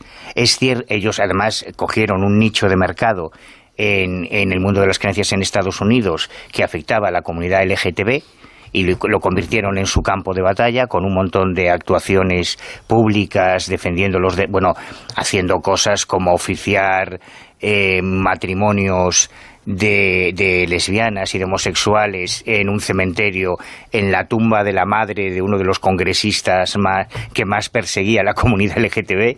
Esas cosas sí las han hecho. Cuando se encuentran con actividades extraescolares en los colegios norteamericanos realizadas sobre todo por la comunidad evangélica o por la Iglesia Católica, pues ellos promovieron los talleres satánicos para niños en los colegios. Tienen iniciativas de recogida de residuos en playa, o sea, han hecho montones de cosas sociales, ¿no? Pero algo como esto, o sea, lo del el aborto ritual satánico, que en teoría, por lo menos para los creyentes, implicaría un sacrificio ritual humano, que es el del bebé.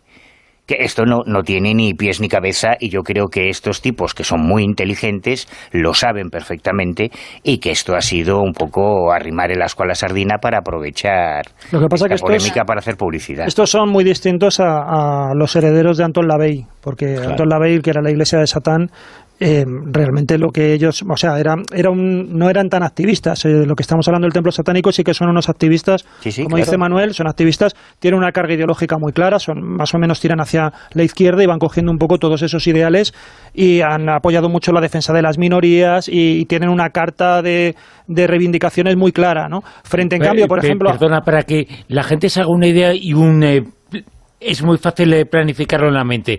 Digamos que el satanismo, que tiene millones de seguidores en Estados Unidos, se divide en dos ramas. Por un lado, la Iglesia de Satán, que es... No, muchas más, ¿eh? No, muchas más. Las más conocidas o sea, Anton LaVey lo que hizo fue conseguir legalizar el satanismo. La Iglesia de Satán, que es una de las grandes, se puede parecer más o menos, pero más a lo que es la imagen un poquito que podemos tener del satanismo. Es que en realidad la imagen que tenemos del satanismo no existe, nunca existió. Evidentemente, pero si quieres, creo que digo poco para dibujarlo, para que la gente pueda tener una idea. Divídelos entre teístas y no teístas. O sea, hay unos satanistas que creen en el diablo. No lo voy a hacer. Vale. La Iglesia de Satán por un lado y el templo de Satán por otro lado, que pueden ser los que acusan los masones, por ejemplo. Sí, Bruno, pero yo estoy de acuerdo con lo que dice en este caso Manuel, ¿eh? Aquí están entre los que creen en Satán como entidad. Claro, y el satanismo tradicional, eso es lo que digo. Como entidad. Y este es un nuevo satanismo nacido al amparo de la ciencia, de la razón, del pensamiento crítico.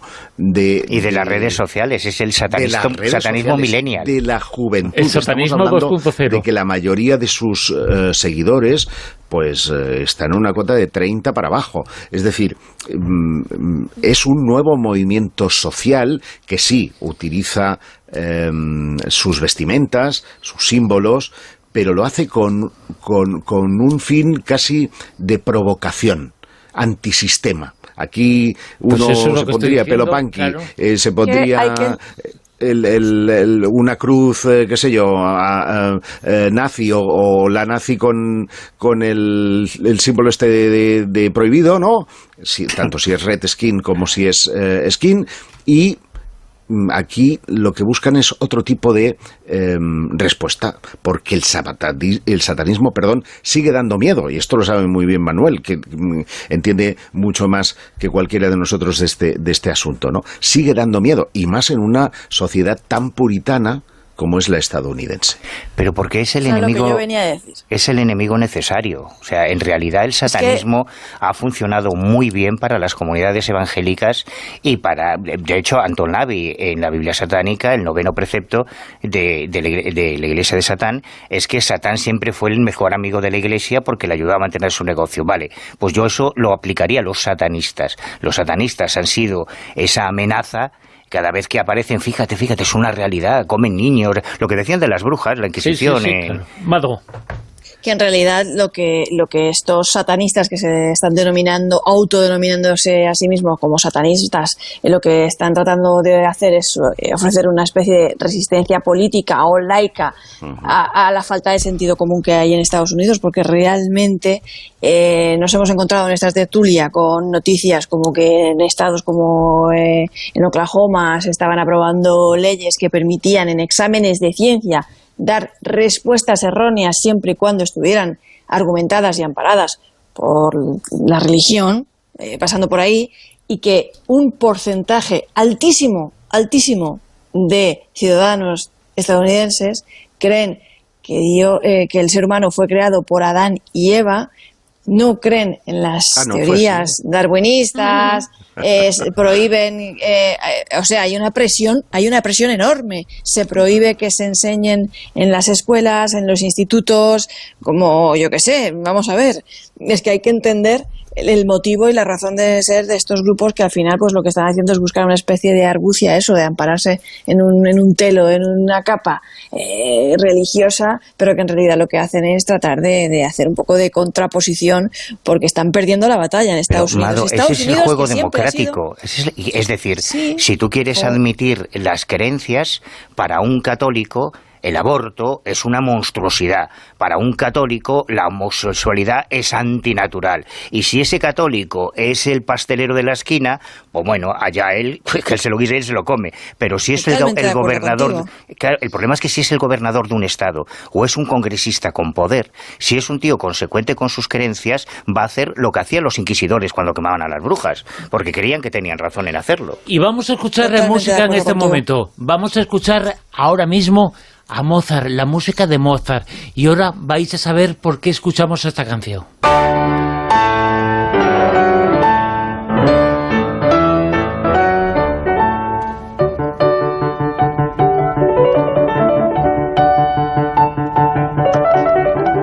Despedimos en La Rosa de los Vientos, despedimos la tertulia de esta noche con esta canción, con este sonido. Es una obra de Mozart. ¿Por qué la escuchamos, Juanjo? Bueno, es la sonata para dos pianos en re mayor K448 y es una de las que se le atribuye el famoso efecto Mozart, que es la capacidad que tendría la música para generar pues bueno, una serie de estados mentales muy, muy positivos. En concreto, hay una nueva investigación que han realizado los investigadores del Colegio de Dartmouth, que dice que esta melodía consigue tener determinados efectos antiepilépticos y sería una manera de una especie de sustituto del tratamiento con medicamentos para esta enfermedad, y ellos han llevado a cabo un experimento con 16 adultos que tenían epilepsia resistente a los medicamentos.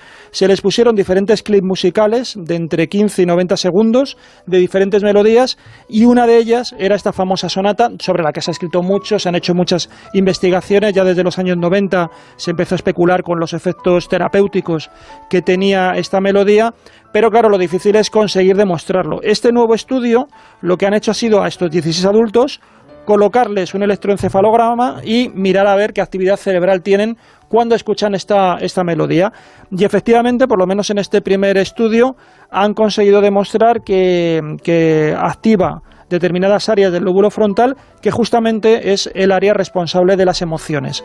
Así que ellos creen que de alguna forma genera una respuesta emocional positiva, que es regulada por la corteza frontal, y que esta respuesta emocional positiva actuaría reduciendo los picos de actividad eléctrica que provocan la epilepsia. Ese sería un poco el mecanismo, pero todavía quieren hacer más investigaciones y ver si ocurre también con otras melodías y no solamente con esta. El efecto Mozart. Después de más de 200 años, esta sonata de Mozart parece que puede reducir algunos ataques epilépticos. Con esta noticia, con este sonido, finalizamos en la tertulia Zona Cero de esta noche con Mado Martínez, con Josep Quijarro, con Manuel Carroyal, con Juanjo Sánchez Oro. Gracias. Muchas gracias. Muy buenas noches. Hasta luego. Escuchamos las noticias, en la actualidad, y después vuelve todavía hasta las 4 de la madrugada La Rosa de los Vientos.